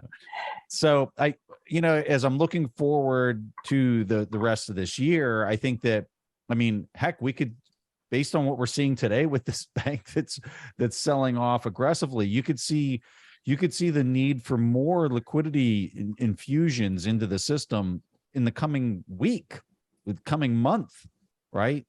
And if they did $1 trillion before, what's the next one look like? It's probably going to be of the same magnitude or more in order to keep this thing kind of moving along. So as they do that, I think that every one of those like injections into the system with such a sizable amount is going to be beneficial to Bitcoin. I think that a lot of the selling pressure that we saw since the last time we've talked has been great from a flushing out the bad actors in the space kind of standpoint. So like when you think about how all those coins have been consolidated, think of the hands that these coins are getting consolidated into. They continue to flow into net producers and people who have sizable disposable income that can hold them into perpetuity, and they don't need to sell them because they're net producers. Those are the people you want holding the coins, because they're the ones that aren't going to put them back on the market. And I think that after 1.5 years of aggressive selling, I think that's where a majority of the coins have nested themselves is into those types of hands. So as they're doing these liquidity injections and the coins are in these really strong hands, I think it's going to be pretty bullish for Bitcoin moving forward. Now, you may get in a situation where even though some of these people have a lot of disposable income, people with sizable amounts of Bitcoin often do have connections to the legacy markets, and they can get themselves into significant impairment, and they might become forced sellers in order to offset that impairment that they have due to their counterparty risk to legacy markets. So that can happen, and that can provide huge opportunities for people that don't have that exposure. Or it doesn't happen, right, Preston? And that's the key. The price actually starts being correlated to increased risk means increased price of Bitcoin, meaning a long volatility asset again. So sorry to jump in front of you, Jeff, but John said a word, suboptimal. And every time I hear that word, it makes me think of that doorknob, Jim Cramer, right? So do you guys watch Jim Cramer? Because he uses that word all the time. Suboptimal. How dare you, Jeff? How dare you compare me to Jim Cramer? No, me. Sorry, that was Foss. So look, I'm losing battery here, but here's the key thing. I'm down to my last 5% of battery power on my iPad here. So if I lose you guys, it's only because I want to leave you with this. Jim Cramer's a moron. Okay, he is absolutely. I think we can all agree on that one. Yeah, he's the law. So suboptimal. You reminded me of him. Don't sell your Bitcoin right here, right now, because Bitcoin is your portfolio insurance, and you got to focus on the other part of your portfolio. All paths lead to Bitcoin. All paths. You talk about Jeff Booth's deflationary path, it leads to Bitcoin. You talk about QE infinity and stealth QE infinity and this BTFP, which, by the way, BTFP, backstop the fiat Ponzi. Okay, that's what this funding program is that the Fed has started. Backstop the fiat Ponzi because, very simple, mathematics, debasement is 100% certain. I've never seen a simpler trade in my whole life. And I call it a trade, even though it's an investment. Fiat debasement is 100% certain in all scenarios. That's advantageous to people who are uncertain how they should approach that, because there's no doubt it's 100% certain. So that's why I don't see it as a trade. I'm sorry. I'm a trader. I always say, asymmetric trades. I don't think of, it's really an asymmetric investment. But you got to trade something to get into it. You're trading fiat to get into it, and then you keep it for as long as your thesis is in line. So I apologize, but it's an investment, 100%, 20-year investment. But here's the coolest thing. You know that fiat debasement is 100% certain, and the gold bugs have known this for a long time, but they're holding a inferior hard asset. But don't sell your gold to buy Bitcoin. Don't sell real estate necessarily to buy Bitcoin. Sell your bonds. Hey, Preston, your bonds. Those are fiat contracts. Those are programmed to debase. Sell your bonds to buy Bitcoin.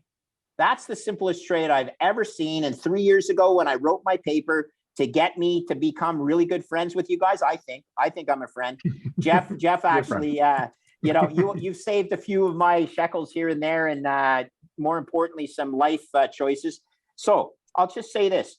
3 years ago, I saw this coming. I've been ambulance chasing on the bond market since then. Bonds have probably reached a historical fair value level if fiat debasement wasn't 100% certain. But fiat debasement's 100% certain, and bonds are a fiat contract. So you still shouldn't own bonds for the long term. You can pretend you can trade them, but picking up nickels in front of a steamroller is never a wise investment or trading advice. So all of these paths lead to Bitcoin, John. I'm going to lose you guys because I'm less than 5% of my power on my iPad now. I know you wanted this to go for another hour potentially. I just don't have that time or my iPad power. So I apologize if I drop out early here. But Hey, Greg, go ahead. I got an idea. I got an idea. Just take the cord where you'd plug it in and hold it to your hands. Well, that's power. my iPhone. Okay. I know. But You'll now I don't power have it. earphones. Now I don't have earphones. Okay, I'll do that. But okay, stay with me. Stay with me. I love Greg, energy. while Greg is doing that, and I also, for the record, even investment triggers me because I just see Bitcoin as so much more than that. But Preston, just to finish off what you were saying, the inflation discussion, and again, like I know this is all somewhat irrelevant, but it's interesting. Do you think, because I heard you say earlier that we're going to be potentially in a even more inflationary environment for longer. Do you think the reprieve potentially that's happening now is just that, and it's it accelerates as these failures happen and as the responses to the failures are implemented, and that kicks off the next kind of round of inflation? Well, I'd say you have reprieve in that the rate of inflation has slightly come down here in the US, but in Europe it's not. It's still ripping strong, which kind of goes back to the point I was making at the beginning, which is I'm not convinced that any of this is under control at this point. Like, I'm just not. Like, based on the charts that I'm looking at and the volatility of those charts and, what would kind of represent a shift in momentum to me, I'm not seeing it at all. See, So let's dig into what Preston's saying there, and just let's level set. If you allowed deflation, if you allowed the free market, which is deflationary, because productivity is deflationary, the existing entire system resets. No one on this panel or otherwise would vote for that for any length of time. The Fed would be overtaken by the Treasury, and society would vote for more. And even if you kind of layer into what Preston's saying is, even if they tighten right now and a whole bunch of people are out of work and you expand the government spending to be able to pay those people services, that's inflationary, right? You're going to drive inflation because you're printing money, you're making up more monetary units the entire time to be able to do that. Inflation is a feature of this system, and it's insolvent without higher inflation. So if it doesn't create higher inflation for any length of time, whammo, you have a credit collapse that expands and it trickles and it goes really fast around the world. And everything that you think doesn't have counterparty risk immediately has counterparty risk, including the grocery store with all the food on the shelves and every supply chain and everything else. And that's what all over the world governments are trying to prevent, that collapse. And now you have geopolitical game playing that China knows that, Russia knows that, they're trying to create this counterforce, and the Fed is trying to backdoor operations and save the countries that they choose to save and the banks that they choose without the entire system imploding. That's what, and now you're having more and more risk of mistakes. You're essentially driving 90 miles an hour with brakes with a 20-second delay, trying to figure out what to do on this spot, and there's nothing they can do. Is that I agree. fair? Is that fair? Sure. Preston? Yeah. And that's why, and that's why, like, no matter what, if there's not a higher rate of inflation, it's game over for the entire system. There will be a higher rate of inflation, right? Because of that. Now, there might be periods that, and that's why you got to be really careful. If you took out a whole bunch of leverage and then it tilts the other way, you're liquidated. And what Preston talked about with a whole bunch of people playing fiat games inside this against their Bitcoin is they're going to get caught offside on these trades because it's going to be really volatile around the world.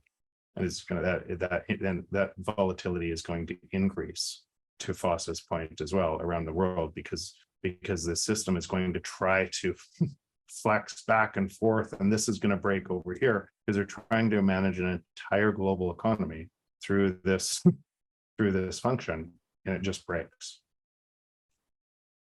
You had a lot of people that just got totally wrecked in the past year because they were playing that game, but they were playing it in a way that their collateral was marked to market on a secondly basis. The next potential shoe that I'm talking about are people that don't have their collateral in a mark to market secondly basis, like these ones that just got wrecked. But I would argue with myself and say that I think that these people who have this counterparty risk in traditional markets that don't have that same turnover rate for their collateral marking, I don't think that they have huge positions in Bitcoin. I think most of the huge positions in Bitcoin are OGs that, like, this is all they own and they're obsessed with it, and they're sitting on thousands of coins, and they've thought about how they're going to preserve that position size. And it's and like you, John, they're not looking at it as a position. They're looking at it as a thing that's literally going to change the planet. And they're the ones sitting on thousands, tens of thousands of coins. And so that's why I'm pretty dang bullish at this point moving forward, despite the macro backdrop and how volatile it might get. And let me just add to what Preston said. It's normal. We think in group out, group bias or whatever, we would see an organization as a collection of a whole bunch of people with the same values as that organization. I can tell you with flat out guarantee, because I talk to many people inside these organizations, that they're already Bitcoiners. And so when I see Bitcoiners attacking these organizations and they're full of Bitcoiners already, I see a mismatch in people are people, and then the incentives, and to think that there aren't Bitcoiners in the highest institutions around, and some of those, some of them may or may not be LPs in our fund, right? Because personally, as they see, wow, this is a shift, and for the same reasons, not to make a whole bunch of money, because you would not be allowed to be an LP in our fund without same ideation around where this is going in Bitcoin. I was in Bedford. One of the fairly senior in the Bank of England came up to me, and he said, "Listen, I have to disclose all of my holdings in the Bank of England because I'm a Bitcoiner, and so do a whole bunch of my friends that work with me, and we're all Bitcoiners and hardcore Bitcoiners and have been for a long time." So it's easy to think and get lost in this easy narrative. Those people, us people, there is no they, it's just we, right? When there are enough of we decide we're going to move and we're going to spend more of our time in the new system, that's the system that emerges. And that's why it's inevitable. That's why I don't see it as a trade anyway either. It's inevitable. Yeah. How about, I agree with you, Jeff, as always, because you've made that point before, and I think it's an important one. But how about Gensler apparently not owning any Bitcoin? Isn't that just weird? You teach a course on it at MIT. You're, presumably an expert, at least to some people. And, according to his testimony recently, he has never owned any Bitcoin. Because I agree, I think there's sleeper cell Bitcoiners everywhere. If you can't teach. Yeah. Or I would say, how do you define owning it? Can you own an entity that then owns it? Like I would plow into the definition of what that is, because I think he has exposure, right? But he might not have it in his personal account. But he might own an EIN, company that has tons of it on their balance sheet, right? So does he own it, or does he own that equity that owns it, right? Yeah, totally. But to that point, I think there's a lot of sleeper cell Bitcoiners everywhere, and they're just working behind the scenes. They're not vocal. I mean, how many vocal Bitcoiners are there on Twitter? Like actual, not bots, not whatever. It's less than 10,000, presumably. Or maybe a bit more, but it's not like millions, right? But there's probably a lot of people that hold Bitcoin, but they're just not loud about it. They choose to be silent about it. They go about their business, and perhaps they're working slowly in the background and good, because it's nice to have some covert operatives for the good guys for once. I won't keep you guys much longer, but kind of on this point, and then I'll send it over to you guys for closing thoughts or anything you wanted to cover before we shut it down. But on that point, why do you think, in looking at the landscape, as all public companies have to do, they have to manage risk, they have to look, years out into the future, macroeconomic landscape, all this kind of stuff. Why do you think more have not identified the utility of Bitcoin to them and their balance sheets and their businesses as MicroStrategy has done? Now, I know leading up to the conference, I think some of you are involved.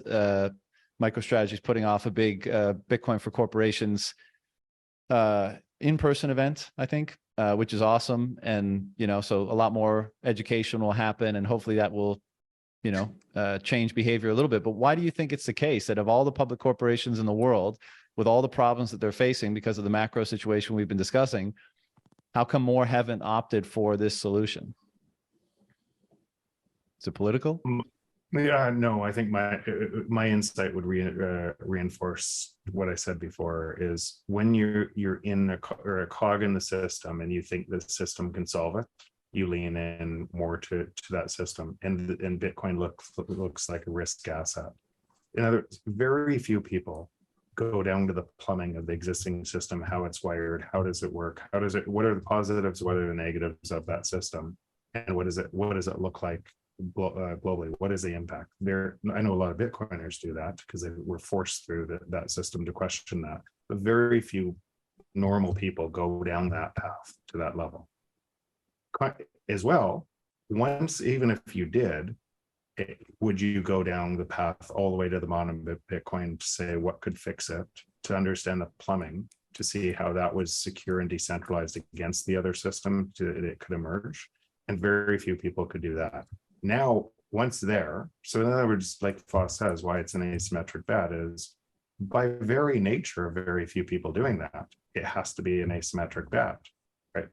Because that's going to happen in time. And as more and more people understand the true nature of this, they're going to move into it, creating a stronger and stronger network effect. In addition to that, for most of Bitcoin's life, it didn't have a utility except for that decentralization security against the existing system. So you couldn't see what would happen on a protocol level, where all of the new technology, essentially a peer-to-peer internet, was emerging right before your eyes, and you're measuring it from that new system. You wouldn't be able to see all of what was available there until it was already built out and available. So we're really early in that development. And so I can totally understand, and I talk to these people all the time, I can understand why they're stuck, why they would be stuck, because they haven't done that type of work, and they haven't examined this new network for its merits, because it's confusing.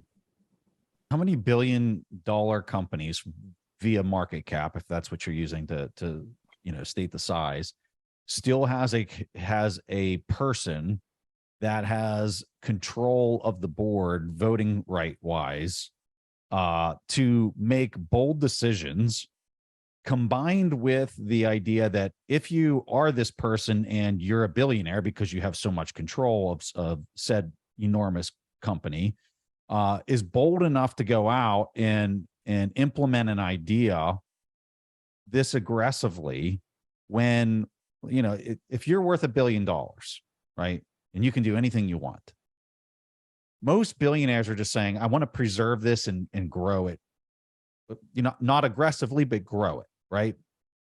Because that sustains my lifestyle, and that sustains my way of life, and this amazing environment that I've got for myself, right?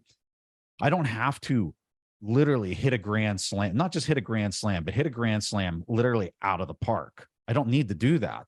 I don't need to put on that display of performance. And so let's look at MicroStrategy when they took on this strategy. I want to say that, and I would like to rename the company to Macro Necessity, but but when we look at this, his treasury was like $500 million of like how much retained liquidity he had, like retained earnings he had that was liquid. It's like $400-500 million or something like that. When we look at the price of Bitcoin back then, even 1% of that would have protected that treasury. So we're talking what, $5 million was really kind of the position size that would have preserved the buying power of that, assuming this narrative is correct, right? So even if you had the billionaire founder who still had voting control of the company, and they understood all of this, and they were going to take in a position that protected it and maybe grew it a little bit, which would be like a 2% position size or a 3% position size, they probably would have bought $10 to $20 million worth of Bitcoin and put it on their balance sheet as basically like a marketable security, as a current asset. So that's why you're not seeing it for large multi-billion-dollar enterprises around the world. Now, where you might see it, but you wouldn't see it, is in the private sector space. If a company is still private and it's a $500 million company or it's a $1 billion company, and you still have some founder that's really controlling all the equity, they understand this because they've done the due diligence and they've done the homework, and they're actually dealing with the inflationary impacts of debasement on their balance sheet, and they're looking all across the spectrum of things that they can invest non-operationally on their balance sheet with respect to fixed income or equities or whatever. Like, they're going to put it on there, but they're not going to do it in the demonstrative way that Michael Saylor has done it, which is, I'm all in. Like, I can't afford to put anything else on my balance sheet because nothing else makes as much sense as this makes. But you got to remember, Michael's a technology person. Like, he built that billion-dollar enterprise from literally nothing, and it's data intelligence, right? So it kind of makes sense that would be the guy that would, somebody from that background and that technical expertise and an engineer and understanding of energy and like all these things would be wrapped. And he's bold enough to go take on a huge. That's why I think it's a one-off kind of scenario. It really is. What Preston said is super important. If you're a public company, you might think the CEO has all this power. If the CEO decided to do that or against their board, they wouldn't be the CEO for very long. That's right. Yeah. Well, And guys, so sorry, go ahead. I was just very quickly, I was going to say that's my impression and my experience is that in those type of, the corporate structures where no one has the type of power that Saylor had, let's say, or type of influence and control, nobody wants to stick their neck out there. And in all those meetings where even if you just discuss the option, it's still very unpopular. Environmental FUD comes up, the recent 2022 fiasco comes up, and you get derided and sidelined and criticized, and nobody wants that, shade. So why not just stick to regular old stuff, vanilla programming? It's safe. And you don't get your ass is not on the chopping block. You don't have to you don't have to convince a whole board about the merits of Bitcoin against all the FUD that is in their mind already. So it's a safe bet. So there's a theory, John. It's actually called the theory of agents. Okay. The theory of agents is, if no one else is doing it, it's better for me not to do it, so I can compare myself to the other people that didn't do it. And even if it means we missed a huge opportunity, at least I'm not an outlier that risk a career by promoting something that went in the wrong direction for me. So I don't think corporations are ever going to be the ones that move the needle as much as funds and portfolio managers. So I don't know if you guys are aware of a Swan Bitcoin tool that's been created. And Preston, if you're not aware of this, you got to follow this guy, Alpha Zeta, who is the CIO of Swan Bitcoin now. His real name, I think, is wait. Damn, he's from Brazil. But anyway, dox him. Okay. Yeah. On Twitter, he's fine. His real name is Raphael, because you can go to the Swan Bitcoin webpage and see who he is, Gotcha, but his Twitter gotcha. handle's Alpha Zeta, and he's made this thing called the Nakamoto portfolio that basically adds Bitcoin to any single portfolio you can create. And it's open source software, and it's absolutely brilliant on how it can show that Bitcoin can increase returns and reduce volatility. Now, it's historical because it's looking in hindsight, but you can run the portfolio sensitivity. Now, as strong as that is, the theory of agents dictates in Canada, if Ontario Teachers isn't doing it, then Caisse de dépôt et placement Quebec, the big Quebec pension plan, doesn't have to do it because they compare themselves to Ontario Teachers. So you guys may know that I got my start trading high yield bonds in Canada in the early 90s, okay? And in the early 90s, high yield bonds in Canada were not an asset class. Michael Milken had done all his stuff in the USA, and the USA was about 20 years ahead of Canada on a portfolio management basis because Canadians viewed bonds as being capital preservation and equities as being capital appreciation, but junk bonds fell somewhere in between. You could get capital appreciation, but you can also have high default risk. Point is, when I started, there was one fund manager in Canada that was my client, and all other clients were in the United States. Crazy, but that fund manager was from Vancouver, British Columbia, right in Jeff's backyard. A smart guy by the name of Doug Knight from Dean's Knight Capital Management, the only high yield bond fund manager in Canada. Now, every single fund in Canada has a high yield allocation or silo because eventually Ontario Teachers got into it. And then because Ontario Teachers got into it, so did OMERS, which is the Ontario Municipal Employee Retirement System. And so did Caisse de dépôt et placement to Quebec. And so did, the big Talvest and all the big fund managers in Canada, because once the competition was into it and they were outperforming, they looked like donkeys by not having an allocation to this high yield bonds. Well, the same thing is going to happen to Bitcoin, but it's not going to happen amongst the treasurers and the CEOs of publicly traded companies. It's going to happen in the fund management, diversification of assets, run it on so it's called NakamotoPortfolio.com, okay? And it's friggin' brilliant. And once again, it's programmed by a kid, open source software. You can see all the programming that goes into it. And it's just, you don't have an argument for not owning this from a diversified portfolio management perspective. Being a treasurer at a corporation, yeah, you know what? There's too many liquidity concerns, too much, your public stockholders might revolt because they're like, I don't want to own Bitcoin. I can buy it by myself if I wanted to. So you see how the diversification is different there. And that's why theory of agents will require treasurers to be very separate from portfolio managers or big fund managers like the publicly the public pension funds and the like.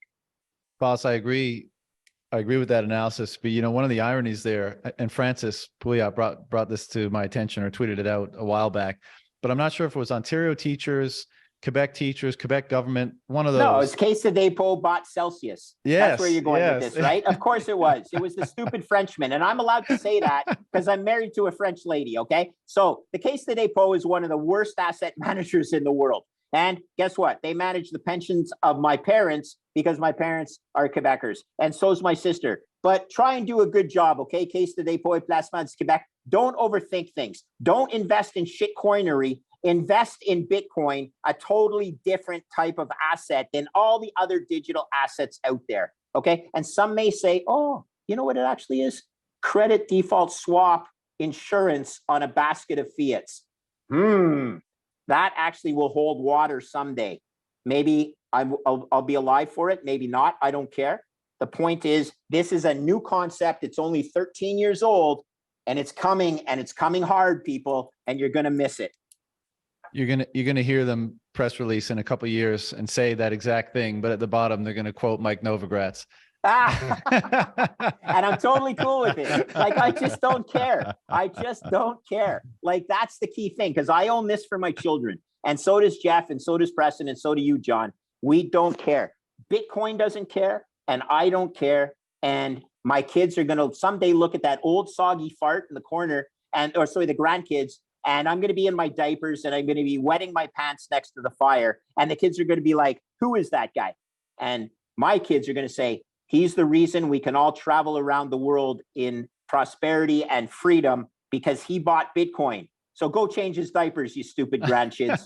Okay. And that's what's going to happen. So that's why I own Bitcoin. Attaboy, Foss. All right, guys. I think we're good. We'll shut it down now. Each one can get a little sign off. Last topic, if anything you want to cover. Preston, why don't you go first? I don't have anything. We talked, well, here, I do have something. We talked a lot about the financial lens of Bitcoin, but I would tell you, I think one of the most powerful things happening in Bitcoin right now is really what's happening in the global South and the opportunity that it presents to just plain bank people that are unbanked and to transact in a superior form of money that they've never had access to. That when you look at what they're dealing with on a day-to-day basis, the currency that they are dealing with is, getting debased at 50 to 100% annually, and they can't trust anybody with the currency that is forced upon them. They have smartphones, they have devices in order to conduct transactions. This is where I think, as Westerners and people that grew up in one of these G7 countries and the financialization of everything, like it's completely lost on Wall Street, where this is really going to get real traction. Completely lost. And I think that's probably where the real story of Bitcoin is at. And it's just going to be magnificent to sit back and watch, like, what that means for the world and for the opportunity and for what it means for energy, inserting energy into all these local domains. Like, it's just going to be mind blowing. Yeah. So I think that's the real story of Bitcoin. It's very easy to talk about all this other stuff because it's what we see on a day-to-day basis in the West and what we see in our Twitter feeds and things like that. But I think that's the real story that's lost upon most. Yeah. And I'll jump in because someone and a company who's been doing a lot to service that market and enable that market for many years is Paxful. And I just want to give a shout out to our boy, Ray Youssef, because the way he's been handling the mess of problems that he's had at Paxful and what he's doing to make users whole and, try to make sure everyone gets their money, and just the, the integrity he's bringing that particular venture to an end is super impressive. And I think is, a great example of how entrepreneurs should conduct themselves when, things go south or when things come to an end. So big shout out to all Ray's work that he's done for that demographic of people over the last several years, and in particular, how he's handling everything right now. Foss, over to you. For the kids, come and change my diapers in 20 years, grandkids. Okay. This is why I'm doing it. Sorry to be, once again, I surprised myself at my own stupid voice, but sometimes you have to tell the truth. I've changed both of my parents' always diapers, okay? Foss, always. You gotta tell the truth. Yeah. So I've changed both of my parents' diapers. Okay. You grow up, you're brought into this world as a baby, and you generally leave this world as a baby as well, meaning you're wearing diapers. And it's not a fun thing, but someone has to do it. So it's going to be my grandkids, but they're going to be happy doing it because they'll get sats for every diaper they change. There you go. Thanks, guys, for having me. It's always a pleasure. Jeff, bring it home. Yeah. Monopolies, we're sitting inside a monopoly of money, and we're closest to the monopoly of money in the Western world, not realizing that the people furthest away are most hurt. And that and what's happening, and technology always redistributes from the bottom up. It's not from the top down. It's always the people that furthest away from a monopoly go first because they have the most value to be gained. What that means for this transition is you're going to see the biggest global move the world has ever seen, from rent extractors to value creators. And it's underway right now. And so the only question is, how early do you want to be a value creator and move to this new system? But it's going to happen anyways. And if you're a rent extractor from the existing system, the new system isn't going to serve you well. No wonder there's so much fight against it. Amen. Gents, It's always a pleasure. So great to chat with you guys again. And hopefully we'll have some time to get together in Miami and continue the conversation and hang out a bit, because I love you guys and it's always great to hang out. So until then, Right be back well at and you. see you in a few weeks. Thanks, John. Look forward to it. Love you guys too. Thanks Thanks, again. See you guys. Thanks, buddy.